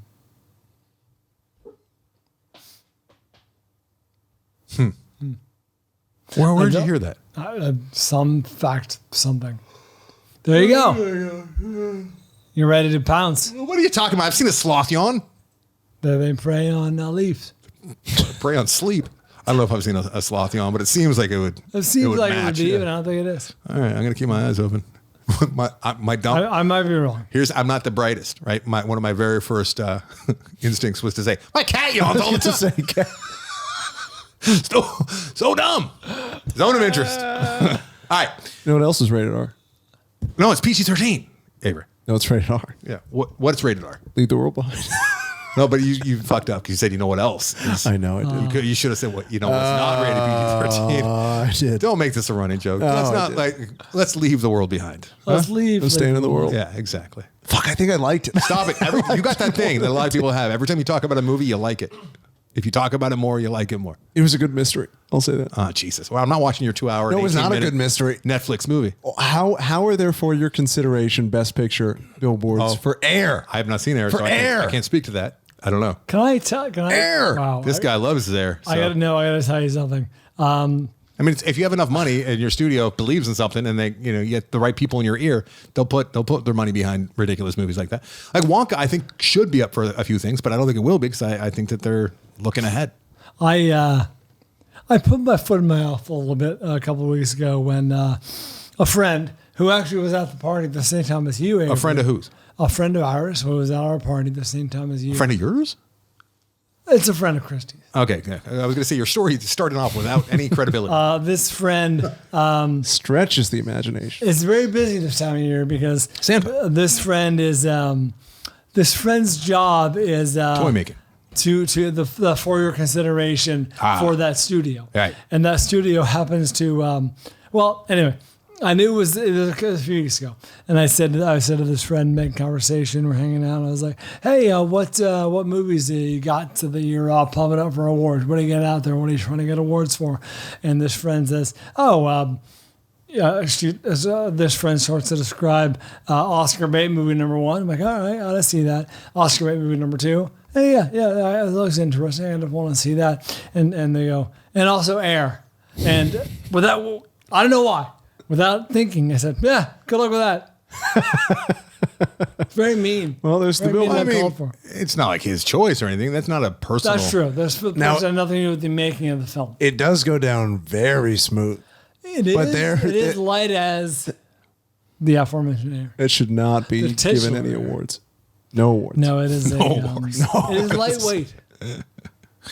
Much like the Air is named after it. Okay. All right. Speaking of, let's just, I'll do this quick. All right. And then we'll get to a very interesting, fun movie. I don't know if fun's the right word, but we'll talk about Ryan Regimbal's assigned 1973 Donald Sutherland, Julie Christie movie, Don't Look Now, in quotes for unknown reasons. I'm still not sure why it's in quotes. Why is Don't Look Now the title in quotes? No, it's it just won't that. show up that way on IMDb, but it's that way on the poster, and it's that way when it pops up as the title card in the movie. It's Don't Look also, Now, in quotes. It's kind of, is it a dumb title? I think it's a dumb title. Not a great title. I had to look it up a few times to remember what it was. But we'll be talking about Don't Look Now in a few moments, right after I talk a little bit about Maestro. Okay. Maestro. Because my wife just texted me from the other room, said, "When are the kids ready? Or when are you ready for the kids?" Well, just tell her 20 minutes. I don't understand. Why? She is babysitting Esther Will. Well, really, they're easy. They're easy, right? Sure. Okay. Tell her like 15, 20. They might be hungry. Well, tell them to eat. They got to come in here. I'm also hungry. Oh, Jesus. You got to have You guys are- cookies. can we- in there. Oh, I bet Taunting me. I can. All right, so let's talk a little Maestro. I can hang in there. Hey, Avery, I'm gonna change the camera angle here so we can both maybe cuddle up. Let's see. Hold on, give me a second. I just think to we've adjust. tried this and it's a terrible idea. No, watch this. Watch this. Oh, look at beautiful. I just move Brian right out of frame there. Look at that. Very mean. very Very, very hurtful. Okay. Maestro. Maestro is a movie. Oh, Christ, I don't have my notes. Wow, This is- how does it feel? I can do this. I can do this easy. Written and directed, Is it written? starring one Bradley Cooper. You know what? I'm going to follow along and correct you. Also starring, Josh Singer also was one of the credited writers. Carey Mulligan is also in there, as well as Matt Bomer. And Sarah Silverman shows up, as well as a number of other people. It is currently 7.1 on IMDb. You skipped over like 9 people. Yeah, there's a bunch of other people in there. And I said, I feel like I covered all of them by saying there's a bunch of other people. This is now streaming on Netflix as you hear these words. Okay, where do I begin? Avery, let me just start by asking you, did you like Maestro? And Brian, I don't want to leave you out. Are you excited to watch Maestro right now, Brian, before you've heard anything? Yes. You are? Okay. Yeah. Out of the people I saw it with, I believe I liked it the most. Okay. And I think the best shot is probably the first shot of the film. I thought that was probably the most creative shot. There are a lot of creative shots. The in this. duality of that, where you're not quite sure what you're looking at. I'm drawing a blank on the first Where shot. it looks like you're not sure if the first shot is a theater with the curtains drawn. Oh, yeah. Or his yeah. apartment. That was Brilliant great. shot. That was a great shot. Brilliant shot. Yeah, and for the first like 30 seconds, I'm like, that's a theater. And then I think I had to be cued with the movement in the bed. Yeah. But yeah, that was a Brilliant great shot. shot. I wonder if that was something that came, if they storyboarded that or if they found it and they're like, we can do this. Because that was a great shot. You're right. I think that's the most interesting part of the entire movie. And it's kind of downhill from there. It kind of can't live up to that. Now, there's a lot of great filmmaking in here, and Bradley Cooper is a very, very skilled filmmaker, which no one saw coming before A Star Is Born. I don't think I did not anticipate him to be so adept behind the camera. Some of the sets that were built for this, some of the trick camera work that they did with the overhead shots that would transition into the next scene was really skillful. And the really great. performances he gets. Performances. This is a one of those ultimate for your consideration movies where it's obvious that they're swinging for the Oscar fences in every scene. Yeah, they're trying to hit a grand slam. That's not just a home run. They're trying to hit a grand slam. It feels like that's the motivation. They're on base. They want to score 4 runs. Yeah. I feel like that's his motivation for his co-stars, particularly Carey Mulligan, and if you know, it's almost palpable. I feel like his motivation, just because I've heard him talk about it too, and his love and his adoration for Lenny, that it's he's trying to bring Lenny back to life because he loves this man so much and his story. But I definitely get the sense that this is just for your consideration. Like this, 100%. Yeah, It exists for awards. and it's one of those movies that frustrates me because Lenny Bernstein is known for being an incredible conductor, and I feel like we got a little taste of that. But the vast majority of this movie is his. It's not about that. Rather tragic and somewhat mundane life, and I hate to say mundane. The trailer is all composed. Very little of that. And what happens is when you get Conducting. so deep in the weeds on someone, as Bradley Cooper did with Leonard Bernstein, he knows him so much about him. It's the nooks and the crannies and the small little details that you really get drawn into. And I think I would have preferred this to be a much more, not a people pleaser, but you could make a people pleaser out of Leonard Bernstein's career. And I know I'm sounding like a total simpleton saying these things, but this is how I interpret. I did not need to watch the love triangles that occurred over and over again. I did not need to see him dealing with his very ill wife for long stretches. I did not care about the characters at all. And watching this suffering go on did not move me at all. I'm just like, there's some really good acting going on. It's shot well, and I don't give a fuck how much longer. That's most of this movie for me. Interesting. Because it is, to your point, it is fascinating the brief moments he does talk about his process. Like the TV interview. It's very interesting. That's talking early about on, the difference between composing and conducting was fantastic. I wanted more of what made Lenny a household name at that time. It needed more tar. In terms of the nitty gritty and the meat and potatoes, brick and mortar, just the actual doing of the job. It's like there's so many movies like this, like Walk the Line, Napoleon, which just came out this year. Like the weakest parts are the personal. Like people don't know Leonard Bernstein because he had he was bisexual and had a wife who died tragically early from cancer. Like that's not why he's famous. Right. Show us why he's a remarkable man. There are some remarkable scenes of. The Thanksgiving scene is phenomenal. Bradley Cooper Their argument conducting. on Thanksgiving. I don't even remember that scene. Him and Carey Mulligan arguing. Oh yeah, there's a lot of arguing going on. You like the scene with the floats going by? Yeah, I think this movie really lives and dies on how much you like what Bradley Cooper is doing. And I think if you don't really buy into what he's doing or give a shit, you're not going to care about a lot of this movie. And I found him very charming and engaging, and I really enjoyed any moment he was on screen. I was in for all those scenes and their relationships in a way that I wasn't for Napoleon, because that was my issue, was I don't give a fuck about Josephine and Joaquin. I don't buy the chemistry. I don't understand why these people like each other, but I was in for Maestro. I everything you just said about Napoleon, I had more of a problem with Maestro. Really? And I didn't understand why. I didn't really get their connection. I didn't see the chemistry between them. I mean, he's polyamorous pretty much like throughout his entire life, and he's just whoever he wants to hook up with because he's got that kind of pull and respect and love, and he's in those circles where he can get that. And I didn't care watching this man kind of not be able to satiate his sexual appetite, and then tragically her falling ill. It's just like, why am I going through like these paces? I don't care. I've since this movie happened, at the end they show you the real Leonard Bernstein. I'm not a giant. I don't know a whole lot about the man. He's before my time. I know his works and whatnot, but it's not like he was on TV all the time growing up. But I've seen pictures of him. Like Sure. Leonard Bernstein's everywhere right now, and like I'm doing double takes. Like, is that Bradley Cooper? Like the makeup is phenomenal. This will definitely be up for best makeup. So that's another point. Did you find it distracting? Because that was an issue. He looked my friends like that I saw. Benny Safdie a few times. I thought the older he got, the better the makeup was. It kind of took me out of it when he's young Bernstein, and it feels very fake. But I thought the makeup when he's older is unbelievable. I thought it was all pretty good, but you can always see Bradley Cooper's face in there. He didn't quite meld into the role like, say, a Daniel Day-Lewis is capable. I don't know if it's facial structure, the eyes maybe. I don't know, but I just never really, I never forgot that I was watching Bradley Cooper. Not to say that he didn't do a phenomenal job. the voice was so the voice that at times it sounded like he was doing a caricature almost to me. But I mean, I'm He's a nitpicking. talented voiceover guy. Very talented voiceover guy. But this movie just did not capture me at all. It could have been because the first, what about 30, 40, when it's in black and white is quite fun. Yeah, it's well. I mean, It's very snappy and poppy and engaging, and that's deliberate too, where it starts so in black deliberate. and white and then goes into color. and it hits all those beats too, and it is with the color coming from like, the more recent stuff, but it hits all the beats you would imagine, like if you were watching some kind of a story, like behind the music. It's the same old tragic story of like starts off.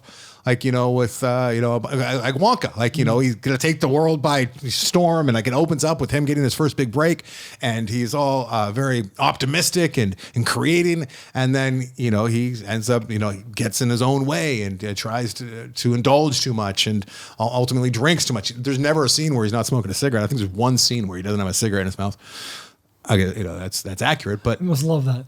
ultimately, and it's Fuck his boy toy. I didn't give a shit. Not That at guy all. needed to be way more charismatic and engaging and attractive. I didn't. That took me out of it so hard. And there's like the little scenes where like they're watching one of his musical performances. I mean, musical pieces that he put together that he was very, very proud of, and he's holding his new lover's hand, and she's jealous. And I'm like, I don't care. I don't care. Show me him composing. Well, a lot of that is he sucked. That guy sucked. I know.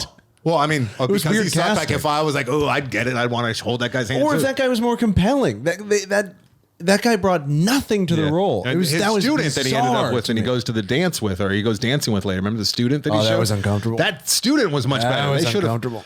Yeah, it's all Sweaty. Yeah, well, very Uncomfortable. sweaty. Top 5 sweaty scenes. But there was one very, very good scene in this where it was very heartbreaking, and it had to do with him talking to his daughter about who he really is, or is he allowed to, and that was heartbreaking for sure. But ultimately, this movie just left me feeling very like I'm very happy it's over and I don't have to go back. Interesting. I enjoyed it. I enjoyed it more than I thought I would, and it's one of those where I can't even fully articulate why I liked it. I feel like I don't know much about him as a musician. You're not going to have to go back to it until I flick past next week. 2 weeks from now, 2 weeks. because you're gallivanted. Yeah. I think I liked watching Bradley Cooper be charming. I enjoyed his character. I enjoyed him watching him interact with people and schmooze and A question for you. For 2 hours and 9 minutes. kind of. For no it was reason. working for me. He looked like Bennett a little bit too, more than Bernstein a few times, didn't he? I guess it's just Who's Bennett? Tony Bennett. Like I guess that was just what white yeah. musicians looked like at the time, right? It could be. He looked a little well- Barry Manilow. Like they Yeah. all kind of look the same, right? Little Yeah. Tom Jones. I'll bet. Yeah. Hey, no, related to nothing. Is this a good movie to watch on a plane? If you're trying to fall asleep. Yeah, I mean, I would say normally I'd say see it in theaters, but you can't really. Oh, that's a good. It's point. still in theaters, right? Yeah, but it's difficult to. So if you Is got it some- wide? Is it No, wide it's in like theaters? lemons and stuff. That's what I was gonna say. If you got some sweet headphones, you're saying it would, Yeah, I think it would be. I think it'd be fine on the plane. I mean, it is shot. The way it is shot is it's very well done. It's very beautiful, and I think it might rob a little of that on the screen, but I can tell you. it might that- make it harder to stay interested. Honestly, if you don't have the sweeping, the sweeping shots. I think so. Yeah, I think honestly, I was much more invested in Zone of Interest. Much more invested in like where's this going, what's happening next to these, like paying attention to the characters and stuff. Sounds Like I just had enough of both of these characters halfway through the movie. I have no skin in this game. I don't care. I thought Mulligan was phenomenal. She's always great. She was unbelievable. Yeah, she's fantastic. I'd be shocked if she does not win. But I don't think she wins. You don't think she wins? No. Really? Yeah, I don't think so. There's some great performances this year. I thought she was remarkable. I think the female leads are like real competitive. Is she a I could be- supporting actress or a lead? No, she's a lead. Probably co-lead, yeah. And I thought I enjoyed Sarah Silverman. Did you? Yes, Sarah was transformative. Like She's such a saucy woman. she reminded me of Joan Rivers a little bit. She was great. I wanted to really do liked like a bio of Joan Rivers. She would fucking crush. her. Yeah, I needed more Sarah. Yeah, I could have used more Sarah. I could have used some more of the subplots and the other characters. Yeah, I could have around used them. more of It the was just- daughter. It was just him and like a fling, and then she would come back in. And we've seen it 1,000 times, and I don't care. Yeah, you're right. The biggest thing is if there was more of that scene where he's talking about his process, that would have been fascinating. Or just even the conducting. And when he is conducting, there's like a 7-minute scene where he's conducting his balls off, and you're thinking like, is this really like how this guy conducted? And then at the end, you see that he was that animated and he was that sweaty and got that into it. And when he takes over for the student at the end, it's very interesting to hear. Really that. interesting. Yeah, you buy him as Bernstein in those scenes, but when he's laying in bed with his sick wife for like 10 minutes, it's like that could be any story. I don't care There's about probably 12 minutes of him doing his craft? maybe 12, 15 12 minutes and the out of rest what, of it 2 is hours? it's just him living his life, kind Drinking. of half in secret, smoking and drinking, and upsetting his wife with his appetite And holding hands. Yeah. Do you think he holds more hands or makes more music? I think that all you got to do is hold it up to A Star Is Born, and it's like A Star Is Born. Like I felt what it was like to be her, to be swept off my feet by this larger than life character. Who came in. I fucking love that movie. This movie is just, it's obviously he's obsessed with Leonard Bernstein, and I think he made the movie he wanted to make. It just wasn't for me at all. Sure. Weird that you would talk about this now, but we have another movie to talk about. Oh, Don't Look Now. Yeah. Don't look now, but we got another movie to talk about. We sure do. Don't rush through this. Our kids are fine. Want me to go check? No, they don't want you. No. Don't Look Now is a 1973 film directed by Thank you, Avery, for Nicholas Roeg. Enjoyable. glad you enjoyed that. Nicholas Roeg is the director of Don't Look Now. He's also the director of Walkabout, which is a very strange Australian film, which 1971 is when it came out, and that's a movie that will stick with you if you ever see that Walkabout. A couple kids get left by their parents early on, and what was then called an Aborigine man shows them the outback. Oh, you don't say Aboriginal anymore. I know. I said back then. I No, I'm prefaced saying it. that's no longer. It's not the preferred nomenclature, dude. I'm aware, but that's what he was in the movie. That's what Don't he Look Now is a two-hander starring Donald Sutherland and Julie Christie. This is 93%. I gotta scroll because I did not write this down. Fuck. What? You're okay, buddy. What's going on? Want me to help you? 90. What are you looking at? Rotten Tomatoes for this? Yeah, so, never mind. It's like 94. What year? 73. 1973. You can ask me. I know stuff. I already said that. I wasn't listening to you. Okay. I realize that now. I got the notes. I got the dukes. You got no notes. I don't know. Oh, no dukes. You did a got little no notes. talking goat. You That's see right. Leo? Quick go thinking. What? You see Leo with Sandler and Bill Burr? The No. Lizard movie? No? No.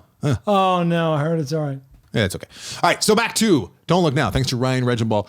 This is a movie of 1973, like we said, Brian said, I think, and it's a very, like you just take a look at a few of the frames. You're like, oh, that's like an early 1970s, Yeah, it feels early 1970s 70s. movie, just with the attire, with the vibe and the subject matter, which was like all occult back then, Yep. right? And the pacing.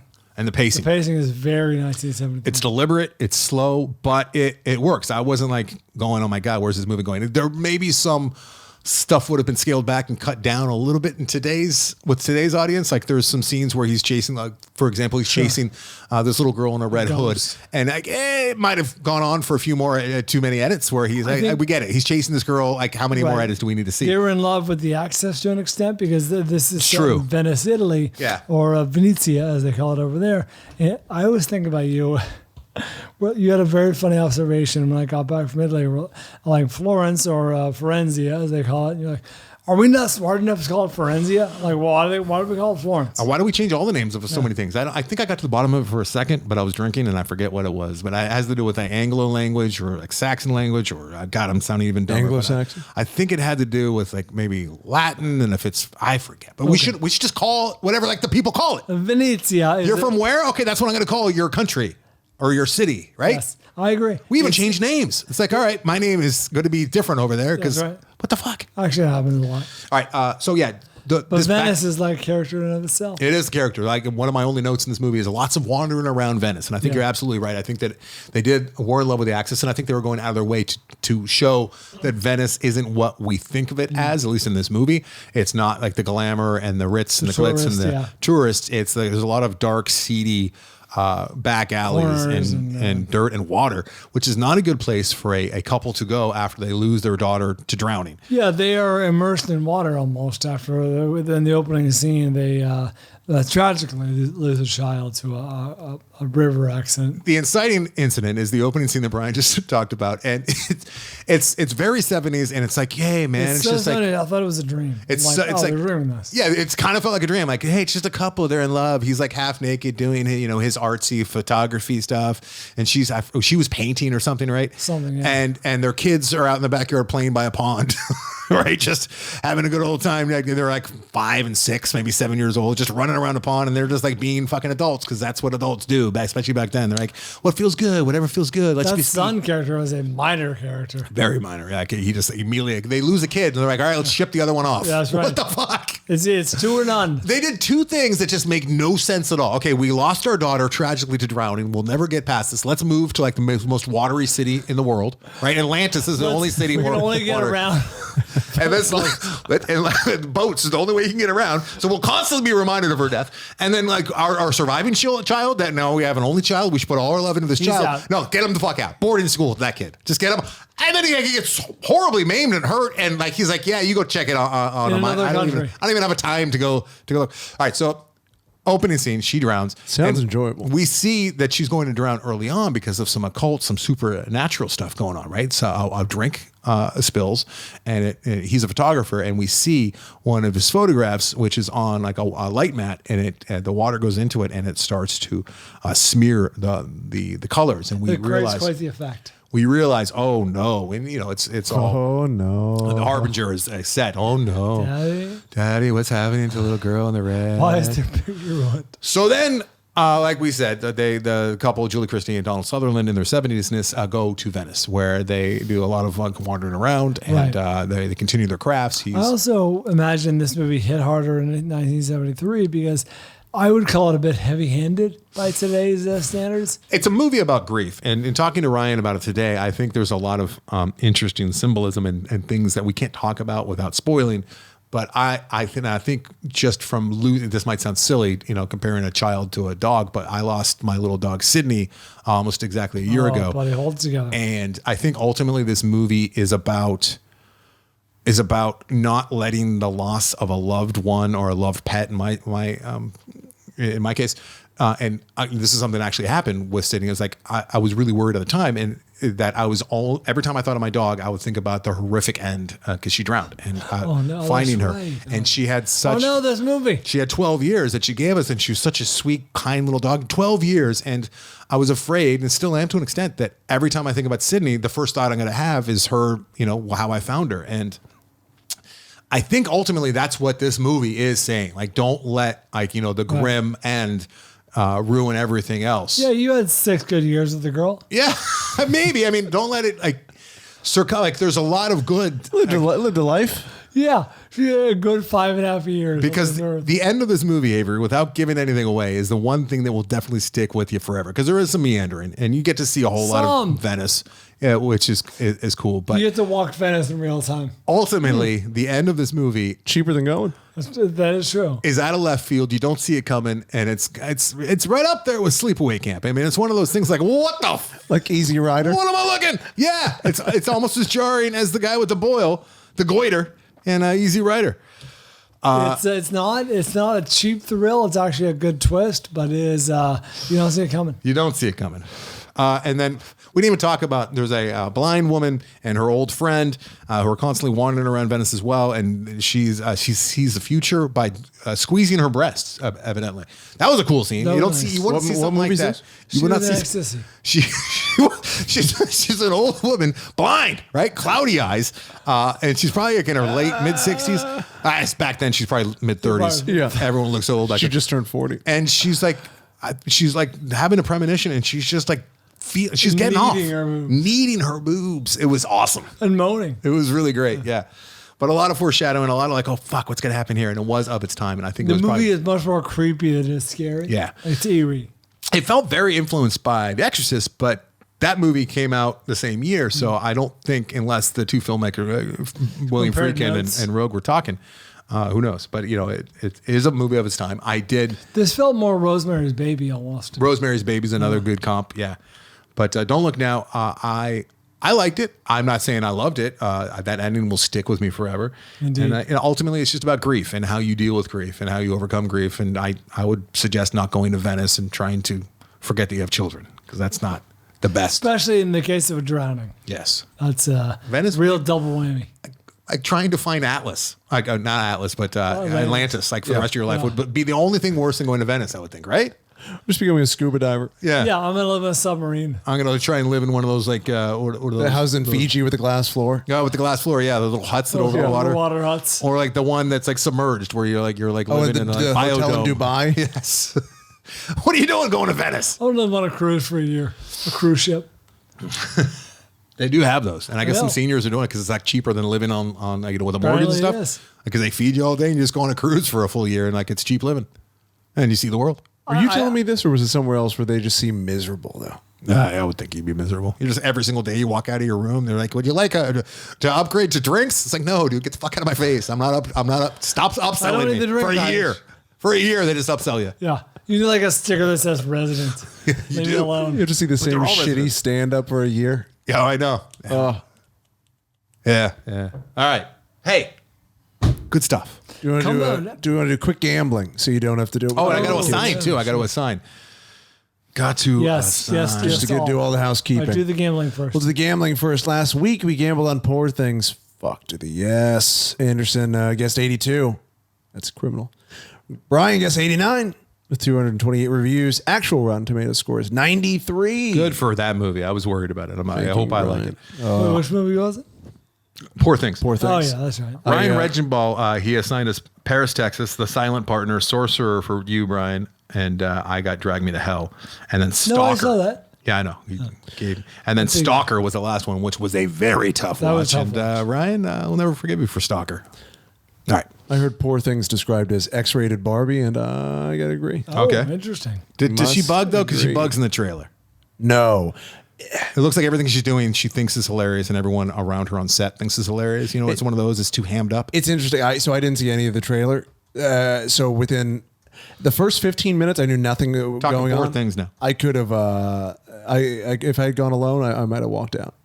Okay. It was very hard to access the first 15 to 20. Once Mark Ruffalo shows up, sings. Good to know. This What are week, you gambling? we're gambling on the previously discussed, unless we want to pick something else, Maestro. Oh, I don't know if Anderson has the leg up or if we want. There's a bunch of stuff I've coming already out seen the film. How are we gambling on this? because it's just coming out, didn't it? It's been out for like 2 weeks in theaters. We could do the Iron Claw then instead. No, let's do No? Maestro. Oh no, we I mean- do movies out. We got to do a movie that's like, dude, I have you have more Iron idea Claw than I or do. Ferrari. Right? We've got Iron Claw. We've got Ferrari. We also have Ferrari. if we want to Let's do gamble on Aquaman in the Lost Kingdom. No Iron That's Claw, it. no Aquaman. Let's do Ferrari. All right. Let me look it up real quick. I have a number. So do I. What's your number? On three. Tell me first. Oh, On three. 1, 2, 81. 78. Oh, I'm very close. Very Okay, close. Anderson 81, Brian 78. I do want to hear Iron Claw. I'm kind of curious of just how. Okay, I have ideas With 86 reviews for for Ferrari. Ferrari. Currently sitting at, I lost it. Oh, 73. feeling good about 73. Yeah, you should feel good because it's probably going to stick with 70, 73. Might go up 10 points. But for, let's see, Iron Claw, do a little Iron Claw. All right, I have 2 assignments, Brian. All right, can you do 2? Because you got 2 weeks. Maybe. We'll see. Ooh, Iron Claw. Do we want to do a quick guess for nothing? I'm going to go low, guess. like 60. Oh, no, About higher 60. than that. I'd go at least 80. It is 114 reviews, 89. Oh, that's, It looks awful. No, it does not look It good. does. Every time I see the trailer, I'm like, wait a Really? minute. Why did I ever think this looks good? No, I Looks very think it's paint by good. numbers. All right, we'll see. All right. Nick Eats Cake has assigned us The Worst Ones. The worst ones. It's a 2023 release. We'll be watching The Worst Ones for Nick Eats Cake. And for Andrew Martin, we'll be watching Stray Dogs. Worst ones and stray dogs. Kurosawa, Stray Dog. Worst ones and stray dogs. And we might get to both of those on the next episode. You're with me, or we might stretch it out over a couple. We'll see. I'm not going to, I know you're going to be gallivanting. I don't want to give you too much homework. Worst ones from 2022, I assume? Yes, I think it was a 2023 U.S. release, and he's gone to great lengths. I'm sorry, Nick, I don't have the email in front of me. I'll forward it to Brian, but if you're listening to this and you're planning on watching, you're planning on watching the worst ones, Nick Eats Cake, he loves this movie, and he does not want anyone watching it on Prime because the subtitles, I guess, drift, and they fall like up towards 5-6 seconds. No kidding. Nick Eats Cake has sent emails to Amazon trying to get them to fix this. They have not. Let me see if I can pull up what he suggests real quick as we're wrapping this up. Stray Dogs. Nick. It's not a Kurosawa film. Oh, this is a remake? Yeah, see the original. So tell me when the original's from. I think it's 64. 1949. 49, yeah, 49. I thought it was 64 a couple weeks ago, too, and I was wrong then. Do watch, he says, do not watch on Amazon or Kino Film Collection. This is an app extension through Amazon. However, do watch it on any of the other platforms. This is all from Nick Eats Cake, talking about the worst ones. You can watch it on Apple, Google Play, Vudu, YouTube, Kino Now, which is a version of Kino that is not Amazon extension, or Hoopla. Wow. But the picture quality is not HD on Hoopla. Yeah, Nick Eats Cake watches other people's movies and pays attention to them like Kubrick did his own, especially if it's a movie he likes. All right, I'm in. Thanks, Nick. Oh, we could have watched Rebel Moon. Zack Snyder's Netflix film. Yeah, I'm done with Netflix movies unless it's like something I have to watch, like Maestro. All right, let's take a break. Wait, you know what am I talking about? One of my favorite movies of the year is a Netflix movie. Ah, Christ. Okay. Music. Kids coming in next. Stick around to hear their favorite film. They killed Tyrone. Oh, yeah? Like some lame country song and it's how it goes.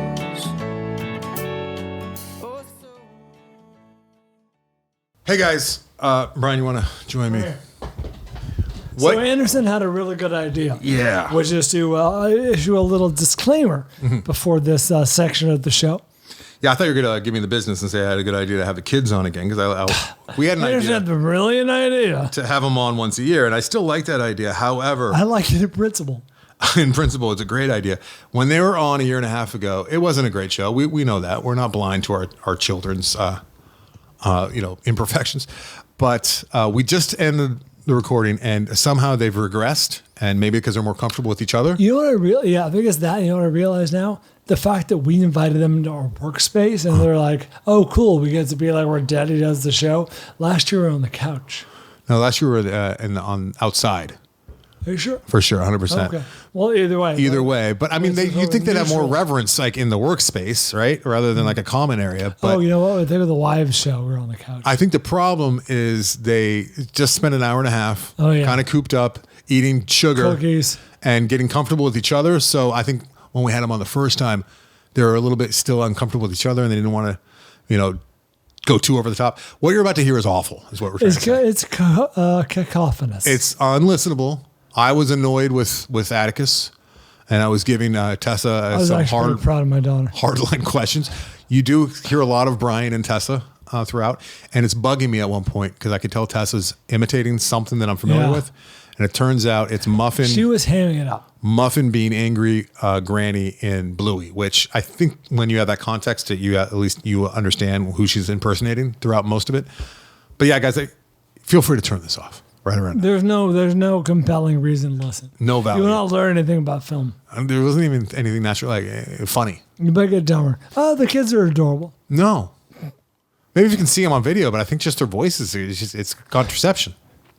Do yourselves a favor. Go download or stream the YouTube video. Yeah, maybe that'll save it. But even that, you'll just see how annoyed I was. That's true. Oh my God. Atticus is sitting the mic down. Yeah. You must hear me say at least 20 times, please talk into the mic. Let's talk into the microphone here. Please do not scream into the microphone. All right, I'm turning your microphone off now. Yeah. I started off by screaming. You know what? That was all my fault by screaming right off the top, yelling, like, sit down, shut up. You know what? You really set the tone. I did set the tone. That was me. Yeah. Don't do that. All right, really what I want to say is when we do this next year, it'll be much better, okay? Yes. So if you... Don't shy away just because it has kids in it. Yeah, because I think next year it will be better. We'll prime them. We might even give them a little bit of Mommy Dead and Dearest syrup to settle them down a little. Little Jesus juice. Yeah. Right? Oh, a little swirling. All right. Here's the maybe the worst thing we've ever done. Good luck.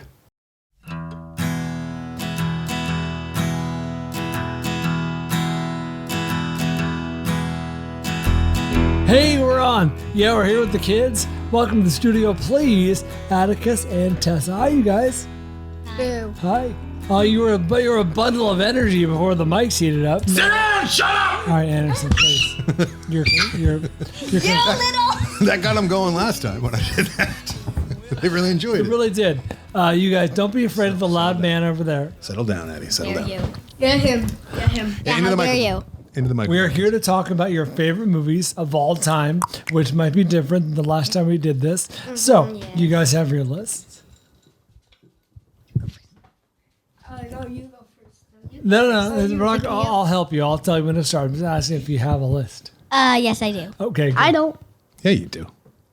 I got your list, buddy. I got your list. Yeah, but my phone's up there, so that's the problem. But let's as they say, excuse me.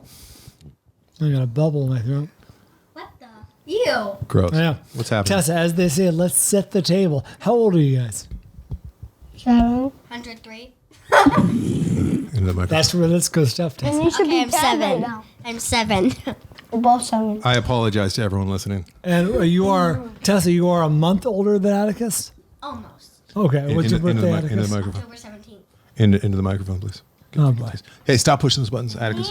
Tessa, you can push them if you want, as long as you're talking to the microphone, though. That's the trade-off, okay? You're talking to the microphone, you can push those buttons. Good trade-off? Is it okay I if am 7 years do it? old. Is it okay if Okay. I do it? No, absolutely not. Why? Because I make the rules. And you're both in the second grade. Because it's my house. Oh, no, I'm right. in first grade. Oh, this is awkward. No, I'm in this is second. uncomfortable. You're in second grade, Tessa. Atticus is in I first. am in second He's grade. right on the cusp, and we decided to let And how him can you be... into the microphone. oh, my God. Because she's a And how month. can you be second grade if you... Because she was born in the fall, like you, and you can choose one or the other. God. Okay. Hey, let's a get month to it. older. You guys watch lots of movies, Rock, right? paper, scissors. What? We do rock, paper, No, it's scissors. because I'm smart. No, I'm not talking about you being in second too grade. smart to go into first grade. Okay, that's great. So you picked up your dad's smugness, I see. That's good. You know what smug means? Good for you, sweetie pie. Don't touch me. All right, so Oh, you're just like every woman Call ever. the police. Brian, do you have the you list from be last time? Ryan. Oh, I probably should, but I Ryan. don't. Yeah, I don't have it I'll either, call you unfortunately. Ryan. Hey, okay, guys, if you're going to talk in the I microphone, appreciate let's not be being professional. bullied by a first grader. We're going to be professionals, okay? Police. So do you guys both watch lots of movies? Yes. Yeah. And do you watch them over and over again, Tessa? Sometimes. What do you like, Atticus, into the microphone? What do you like doing more, going to the movie theaters or watching them at home? Going movie theater. Okay, and then what do you like doing more, watching TV at home or watching movies at home? Right, don't do that. Please. He said I could. I did say she could. I should have pushed record, guys. I messed up. What? I didn't push record. Are you serious? No. No, I'm not kidding. I mean, I am kidding. Okay, so you like watching TV at home or movies more at home? Movies at home. Do you watch a lot of YouTube? No. Yes. Okay, that's good. He's asking me. You shouldn't watch a lot of YouTube. YouTube's bad. Atticus, do you bad. watch a lot of YouTube? Sometimes. Into the microphone, please. Sometimes because it usually is good for you. Sometimes it's not. YouTube is not good for you. No. And we Oh, did how dare we you. let you watch kids YouTube for a while, but that was a mistake. YouTube, do you Tessa, hear what what do you he watch on YouTube? said? Settle down. Funny videos of cats, Oh yeah, I love the hamster the escape. hamsters, hamster and a maze. Also, Art Help for watch that. Kids. I'll watch that. Escape, man. Art I Help for watch Kids. that. Okay, settle down. Guys, act like you're 7. Yeah, you like to do some like Harry Potter trivia. babies. Okay, I'm going to tell a story, a real quick story. I told this to Atticus earlier today. Let's see how this goes. This is a true story. I think I'm going Make to it talk about it quick. on the After Disaster. Make it really quick. All right. Make it quick. Driving back from Producing the show. the zoo with Atticus when he was still a very little guy. Yeah. And I was in the carpool lane. There's a lot of traffic. And I look in my rearview mirror, and there's a cop with his lights on. Oh no. He threw his cherries on, and he's pulling me over. And I pull off to the side of the road. The cop gets out, says, license, registration. You know why I'm pulling you over today, sir? And I said, actually, I have no idea. And he goes, well, you're driving the carpool lane. And you're by yourself. And I said, please take a look in my back seat. And he looked in the back seat. He saw Atticus, It was a baby. who was in the very back small. seat. He was very small. And he goes, oh, you got a kid back there? And then he walked all slumped. He walked away. I don't even think he said He was goodbye. devastated. Devastated. Atticus, what's your reaction to that? I think he should have given him $1 or 2 cents. So Atticus, when I told him the story, he's like, "Oh, that's so sad." I'm like, "Sad for who?" He's like, "For the cop." I'm like, "No, it's not." He's like, "Yeah, Dad, you should have given him at least $1." I'm like, "No, I should not have." Tessa, Yeah, you should have, Dad. remember the time You Tessa know what got that a means? policeman You're found mean. our antler from the car? Oh yeah, it was on the and they tried to put it on their motorcycles. That's right. What? That we had antlers. This is a couple of Christmases ago, and the window rolled down, and of course the antler fell. And by the time we realized it, we had to turn back, and the officer who was there directing traffic had picked it up and placed it upon his motorcycle. That's white privilege right there. That's right. But then we turned around and got it back. That's right. We did. He Yeah, was very you- polite, and I he think- gave you a little badge. I think in other neighborhoods you might have got a littering ticket, and as well as a ticket for making a U-turn. And, I don't yeah. know if Tess would have got the ticket. Okay, let's talk movies, guys. What do you say? You really are your dad's Very daughter, aren't you? boring. You really are. And now you got my son acting that way Oh, as you know well. what? There's a good transition. You guys, boring. Tessa and Atticus, both saw Atticus. boring. Wonka in the last few days. I thought we both found it to be very delightful and a lot of fun. What did you think of Wonka, Tessa? Did you like the songs? Yeah, it's cool. Yeah. What else? So was it? You're in the Wonka play at school, but it's not like that, is it? No, it's not. It's more Into like the the microphone. original movie. Talk into the microphone if you can. Yes. Yes. What did you like about this new one, though? Well, there's one thing that I learned. What's that? Giraffes have milk. Yes, giraffes can't produce. All mammals make milk. Yeah, learn that in Meet the Fockers. That's right. Yeah. Meet the what? Yeah, I know it's Then tough. meet the parents. Oh, it was Meet the Parents. You're It right, was Brian. original, that's right. Brian's a real movie guy. That's right. I'm sorry, I shouldn't have lied to to children. That's bad of me. I apologize. That was really mean. Atticus. Liars. Atticus. They suck. I'm not going to bring you back here ever again. Atticus, the question is for Let's just shape everyone. up. You What did you understand think of Wonka? Actually, Did you like Wonka, Atticus? nope, it was very goofy. It was goofy. You didn't like Goofy's it? Good. I loved it. I loved it too. I liked it a lot too. I only like the bomb part. The bomb part? Bomb part. Oh, the Oh, with boat. the boat. What, Atticus? Ugh. That was a very small part of the film. So Atticus's list is going to depress me. Well, because it looked like the little guy was like, huh? What is this? Oh, the Oompa Loompa? Hugh Grant? Yeah. Yeah. And he's like, I must go now. It's time to go. Did you find the Oompa Yeah. Loompa funny, Tessa? Sure. To be fair, he didn't do a lot of wacky stuff. He was only in the film for like 4 scenes. Okay, let's get to what your favorite movies are right now, guys. And it's important that we do this so that you guys can listen back with horror and massive embarrassment years from now and be All like, oh right. my God. You'll probably listen to 10 minutes of this. You probably already tuned out and you're ashamed of your behavior. I would imagine that both of you are like, oh my God, why was I acting like that? There are a lot of people. Both of you are going to be doing that test. I bet both of you are going to be like, how dare you. dare I act like a child? How dare you? How dare I act like a 7-year-old when I was 7? I wasn't even talking into the microphone. I bet that's what your adult self Tell is that going to say. him. Atticus, you talking to the microphone? Yes. Good job. All He right. kissed it. No, I did this. Yes. That touched your lip.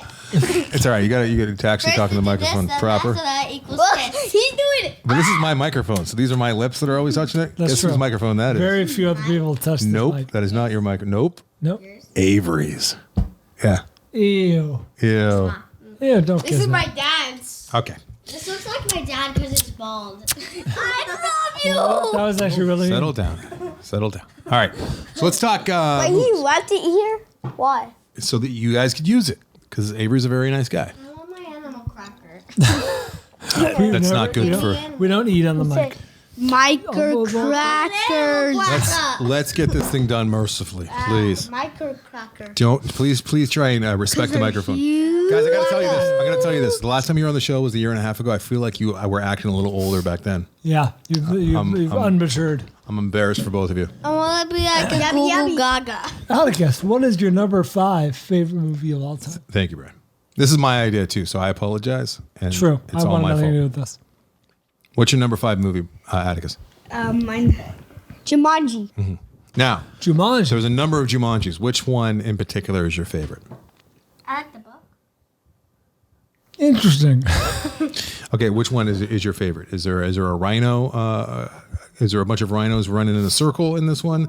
Is Kevin Yeah. Hart and The Rock in this one? So it's Welcome to the Jungle is your favorite, I believe. Welcome to the jungle. Okay. I mean, is that your favorite? So that's number 5. Tessa, have you ever seen the Jumanji movie? No, I've read the book at the library at the school.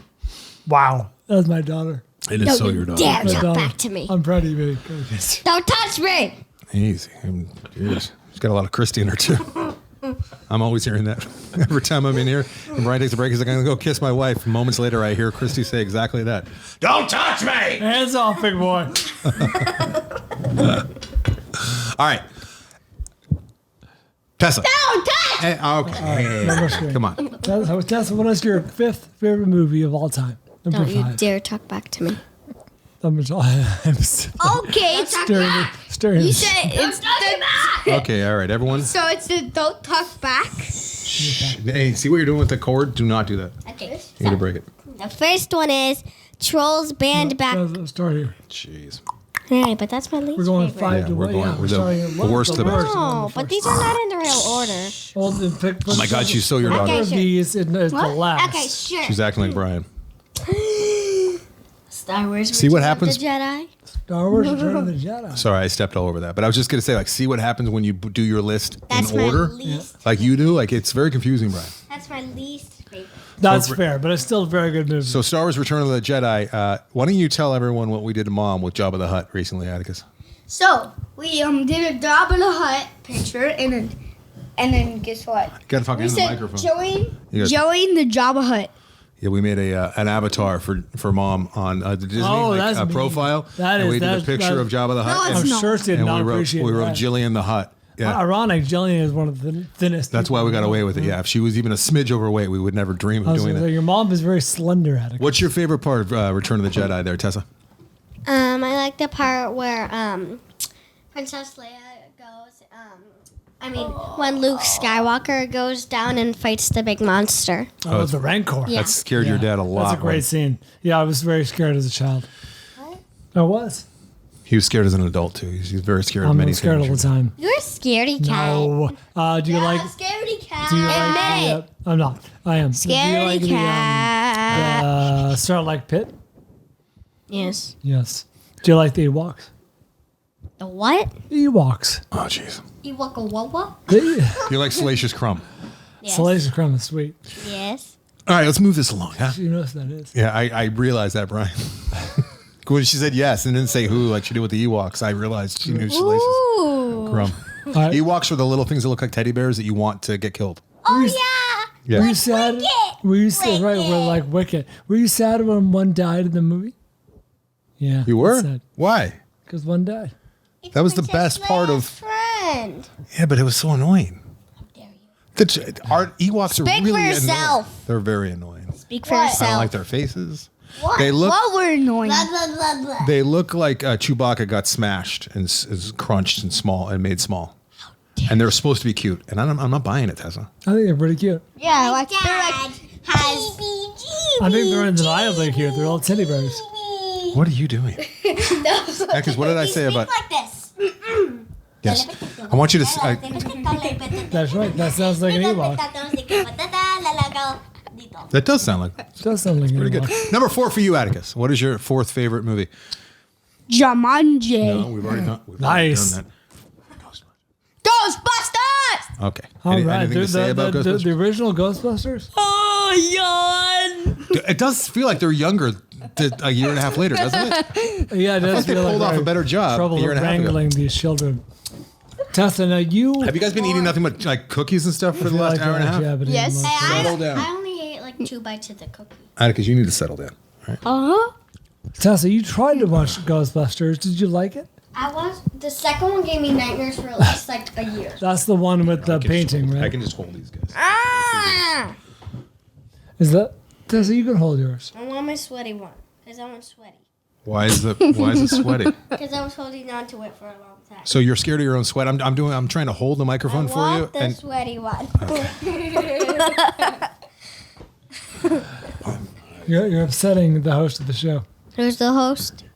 Well, it's me actually, but all right. So Tessa, about Ghostbusters in the mic? All right, Ghostbusters is the best movie I ever saw. No, it's not. It's your favorite. I mean, yeah. Sorry, I guess sorry. what do you sorry. like? What do you like about Ghostbusters? Are you scared by the dogs? The dogs scared me. No, I was just, The sort of monsters. the part at the that end. scared me. The part that scared me was where the guy says, "Ah!" Atticus, do not scream into the microphone like that, please.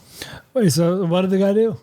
Like where the jump scare is, and like yeah. What was the sound he made? Where like the lady like ah. I felt like it was louder than that. No, do not. Why are you trying to encourage him to scream into the... I mean, we're blowing people's ears out, their speakers out, and scaring them. Oh, I'm it's- bored. Anderson. Are you talking about... They Thanks. tuned out a long time ago.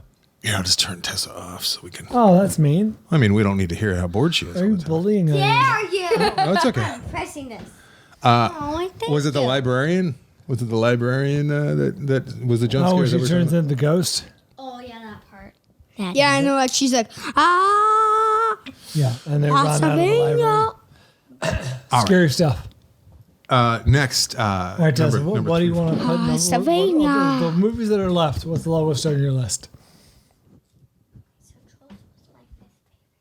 Oh my God! See What does that mean? that when you don't do the list 5, 4, 3, 2, 1, it's very confusing to everyone, Brian. Well, let's just read them in order then. 1, 2, Buckle. my shoe, 3, 4, and some more, 5, 6, 5 kicks. Willy Wonka. How dare you? Yeah. Wait, That's the one. new Willy Wonka. Is that the new one? Oh, really? That's your fourth favorite movie of all time. Yes, it is. That's all. Well, it's a very fun movie. I enjoyed it quite a bit. Don't Atticus. talk back to me.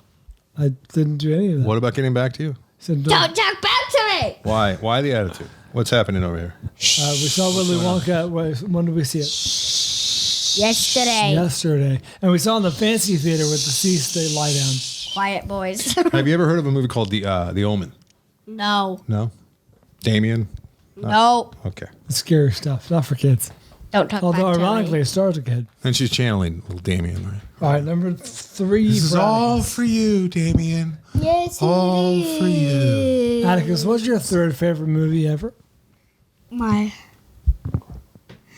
Gremlins. Oh, wow. That's scary stuff for a little kid. No, it's actually not. Tess, have you seen Gremlins? No, No, you have not. no, you have not. Yeah, we watched Gremlins over the summer, right? And Yeah, It's a Christmas movie. it was Yeah, it is. spooky. It was like spooky. And like the guy like jumps into the pool and he's like evil. The like what's his name? Stripe like jumps into there. He's like, and then he makes like a whole avenging. like a whole And army. then Stripe like has a gun and like he like shoots like little arrows and then he has his chainsaw and then the Oh, guy yes. grabs the bat and then he starts chainsawing the bat. Into the microphone. That's a good description. Yeah, there's a lot of green gremlin blood as well. Yes. Ew. Yeah. And then he jumps out. Stripe dies and jumps out of fountain. And Stripe doesn't die. yeah, he does. The guy in the microwave does though. Remember the microwave guy? Yeah. He popped No. You remember where he dies by the sun? by his son. No, by the By sun. the sun. Oh, the son. Yeah. Oh, you're yeah. You're kind of talking about the end of the movie. It's not your fault. Well, Tess, now it's ruined. You're bored. Why are you bored? Talk Atticus, back. stop hitting me. And why are you bored? I feel like I'm being physically and emotionally abused Tess, you're simultaneously. allowed to listen. Why are you bored? Yeah, Damien. Yeah, Damien, a little Reagan too. Tess, you have all the opportunity to talk. Go ahead. Okay, we're trying to unboard you by letting you Clams talk up. about whatever you want. Clams up. Atticus, what are you doing? Why does he get to get the headphones? They're not over. plugged in, so. I want the headphones. Hey, don't just go grab other people's headphones. I want the headphones. Okay, they're should we plugged in. end this? No, we should I want the headphones. power through. Tessa, what's your number 3 movie? Hear you. Hey, you guys No, are Atticus, stop. were playing before this. Where are you playing? Hanging out stuff. Okay. Good You were talk. hanging us stuff? Hey, What is you know, stuff. All right, what's number 3? Okay, 3. The Lego movie. The Lego movie. Oh, that's a good one. That's a really Atticus. good movie. That may be the best movie out so far. What? What are you What? doing? That's a really good movie. How many times have we seen the Lego movie? 1, 2, 3, 4, 2, 3. She's so your daughter. I just want to let everyone know that I can count in Spanish. I just want to let everyone know that. No, you're doing a great job. Apropos of nothing, I'm going to start singing Spanish numbers. Cuatro. Atticus, what's so funny? Cuatro. Settle down. Cuatro. Cuatro cinco. You're hurting Atticus. Cinco cuatro. Point is, we've seen the film a lot of Cuatro times. cinco cinco. Hey, this is a good time to mention. Atticus, hey. All right, turn his microphone off. This is a good time. This is a good time to mention that we're streaming us on YouTube. Yes, that's what headphones do. They allow you to hear. YouTube.com/thefilmvaultpodcast. Can I think- try? Oh, she asked very nicely. Let her use the giant headphones. Ooh, careful. You okay? Yeah. You don't All right, slam Atticus. In headphones the into meantime, people's... what's number 2? Wait, I turned your microphone off. Hold on. Do not talk so loudly in there, please. Okay. You know what? Just tell me. I'll talk for you. Because I asked you not to scream into it, and then you just screamed louder. So that's no good. That's not fun. Right. I'll talk about it. All right. What's your what is the second favorite? Where are we at? Number 2. Oh, your second favorite movie? Good luck following the Lego movie.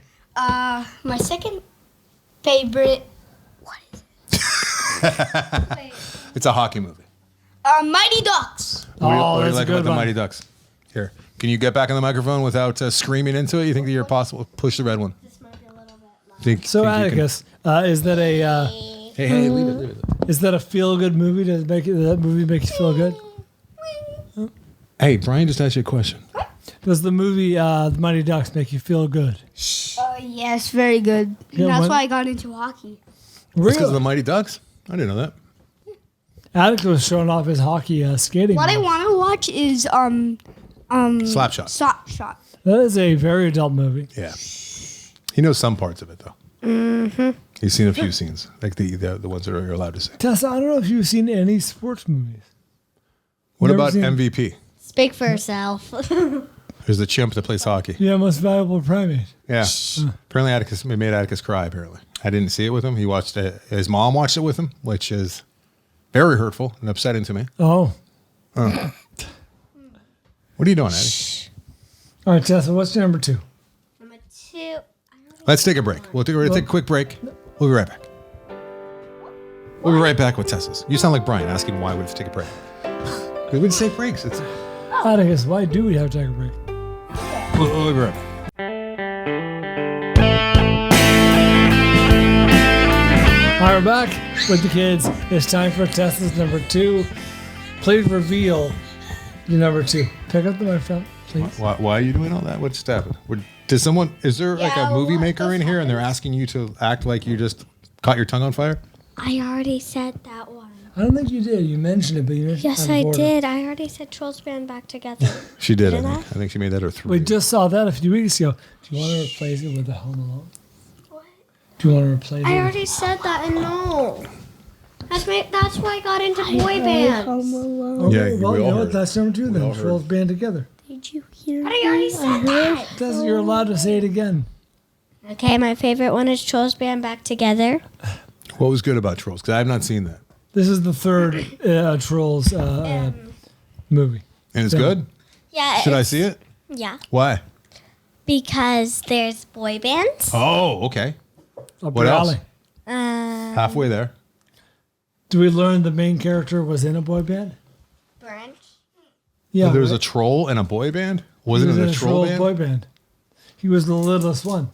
Oh, he was the cute little Baby one? Branch. Baby Branch. That sounds great. And your dad liked it? No? Yeah, it was really good. I liked it a lot. All A right. lot of fun. Have you Behind the seen fun scale. Have you seen the Mighty Ducks? Oh, you haven't seen it because you haven't seen a sports movie. Have you seen Gremlins? No. Have you seen Ghostbusters? You got bored.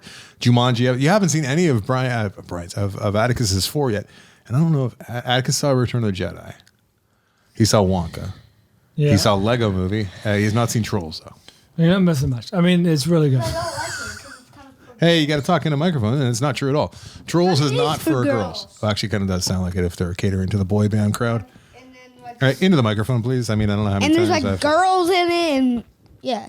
What? The funny part is, All of the boy bands only have boys. that's a why they're good called point. boy Got bands. you there.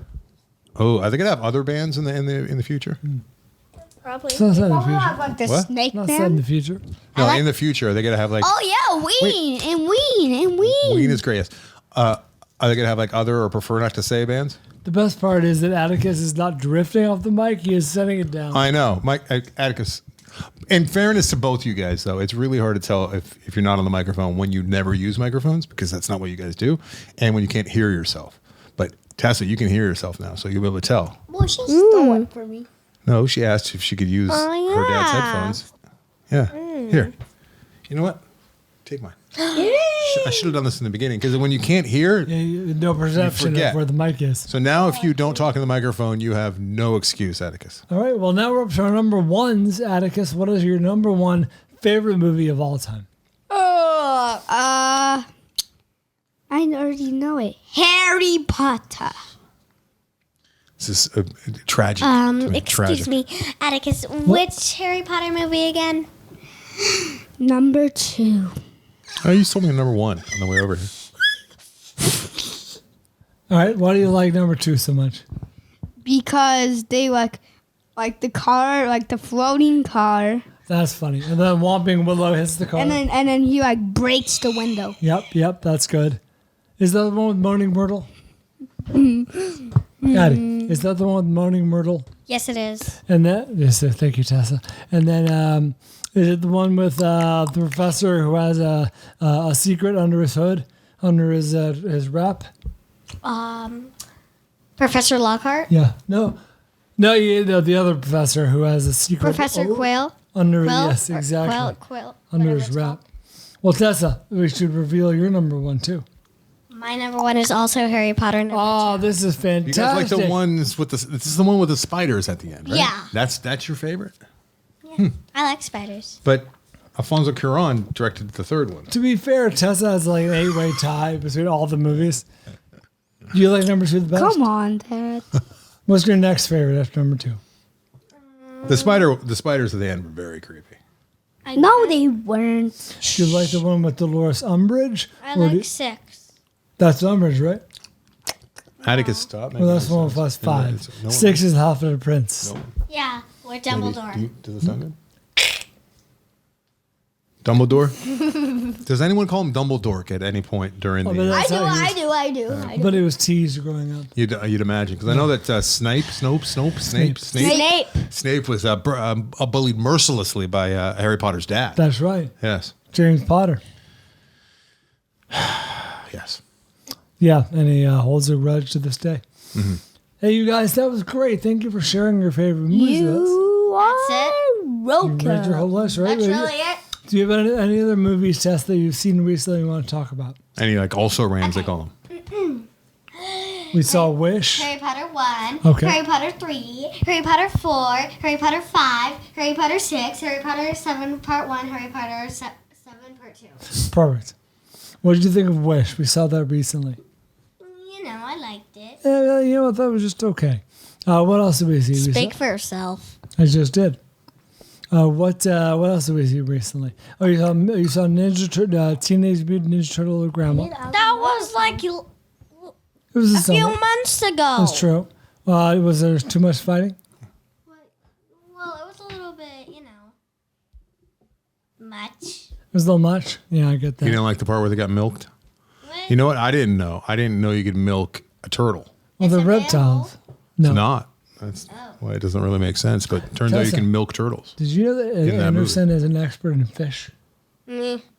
I have the same thought, but isn't that amazing? Meh. What's your dad an expert in? Star Wars. I remember I you giving him the business Oh, last I time. also know one more thing that Wait he's a an minute. expert at. What's Wait that? a minute. Last time we did this, you said my dad thinks he's an expert at Star Wars, but he's not, and you were making a lot of fun of him, and I really appreciated that part of the show. What's the other thing now you're that not doing I'm an that. expert in? You're an expert at Smugliness? Making great lunches. No, I like these No, pregnant no. pauses. I know this. A doctor? Thank you, Alex. A firefighter? I know. He's an I expert know. patient. I know. Oh. I know. Expert tell me. patient. Not being. Wait, no. Maybe not being a freak. What? No. Yeah, I'm an expert at that. Okay. Maybe this one. Maybe helping people not say bad words. That's true. Oh, I know. Please. You are great at bossing me around. Yeah. That's true. Hey, stop Don't talking. laugh at me. Sorry. Don't talk back. Thanks for joining us. Are you kids. just Stay quiet. Hey, Tessa, I got a question. All these things these things you're saying, like, is this what your mom says to you or your dad Yeah, says where to do you you? get this from? Where are you getting all this? Neither me nor your mother said to you all these horrible things. Hattie, hey, no one wants to hear the spit in your mouth. Do you get it from watching The Descendants? Wait, why is The Descendants on your list? How could I forget? You love The Descendants. Hey. What? Don't be mean. What? What did I do? Be mean. Well, be Atticus had a couple of also rans too. They included Teen Wolf Oh, Teen Wolf? and Jurassic Park Lego. Oh, I heard stop. Right, Eddie? Oh, stop that. Yes. Those are both good. Oh, Tessa, have you seen? No, you have not seen Jurassic Park. You've seen the series. I've seen the show. Yes. The Why show. are you so angry, Tessa? It's like you're doing my bit. Is it just Brian? Does Brian make us angry? Or are you like this all the Yes. Or is this like, or you like this all the- Yes. He makes us angry. How do you, This guy. It's this guy. you're pointing at your dad now. This guy. He makes you mad? Yes. Why does he make you so mad? Because he's mean. Oh, that's not true. Oh, how's he That's mean? not true. Tell me more. Oh, yes, he is. He Yes. bossed me around and he hit my booty. I hate you. Inappropriate. Inappropriate. It's inappropriate. I'm going to hit yours right now. Ready? Oh! Not so loud in the that microphone, is buddy. Come loud. on, Atticus. Wait, What are you, what- like my son? What the Stop. Do not spank. You guys, stop spanking each other. I open up cans of worms that I should not have. Okay. Well, that was a lot of fun. Was it? Merry Christmas. Hey, do you guys want to do this again? And do you think you can be mature adults We'll do this in a year. when you're 8? Do you think you can? Atticus, what are you asking for Christmas? I don't want to tell you guys. What? All right, Fine. Goalie helmet? oh, goalie helmet, right? He wants to be goalie now, yes. I'm not sure how I feel about that. A massage from my mommy. That's very sweet. That's nice. And I'm just going to say Universal Studios. Well, Tessa just went a couple days ago for the first I already time. told him. He looked at my whole wands and everything. Why does she become like an angry land woman? Don't Like a touch me, landlord? does. Doesn't she like, where's the rent? Tessa, who is this old angry woman that you're channeling? Is it like a character from a TV show or something? What is that? When you're like, stop bossing me around. Like, what is that from? It reminds me of somebody. Is it Auntie May from Wizard of Oz? Who's that? Auntie M? Auntie M, I mean? Yeah. Is Auntie M the mean one? Oh, No, that was the witch. The witch. No, it's from Bluey. It's called Witch. Addie, settle down. Settle, please. It's Tessa- from Bluey. Don't talk Oh, back to me. Bluey. that's Remember right. Angry Granny? Oh, it is. See, I felt it. I knew it. Yeah. You're right. It's Angry Granny when Don't talk back to me. Well, yes, you sound a lot like her when the too. little dog comes by and she wants to motorcycle. No. Oh, you remind Wait, me of yeah.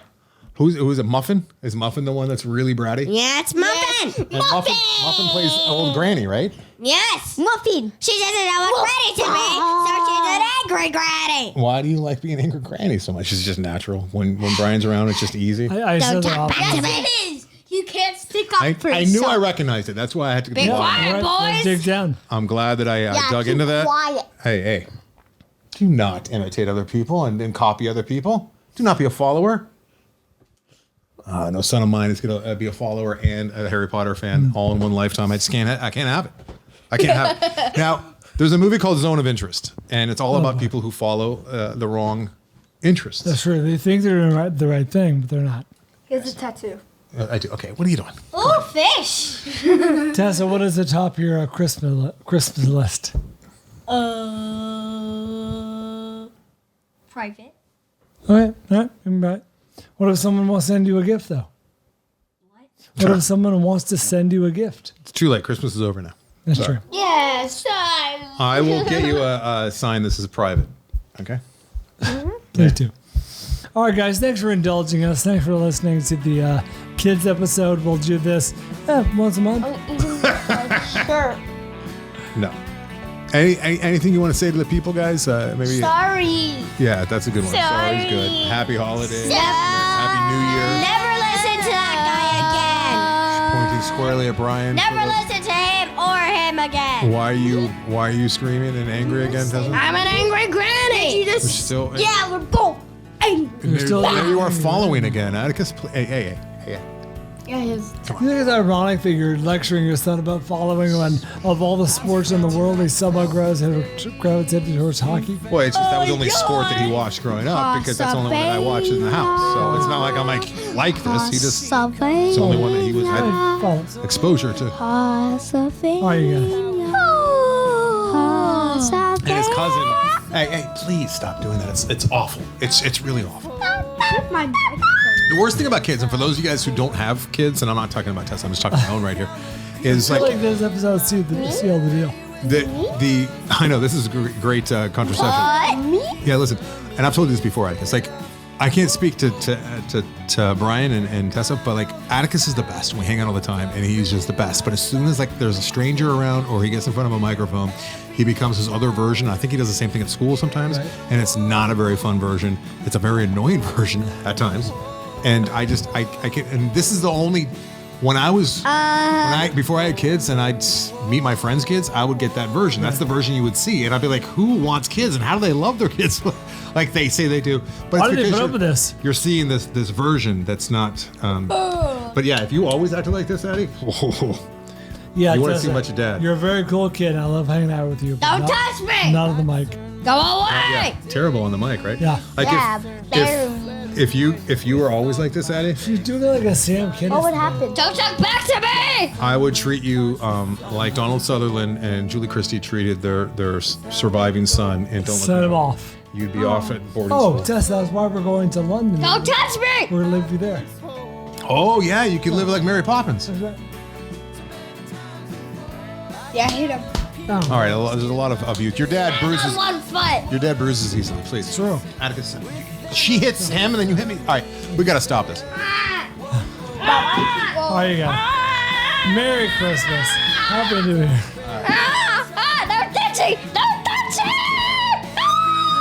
It's a Away. Bad boy. terrible Bad. influence that Bluey. Bad. Why? Why?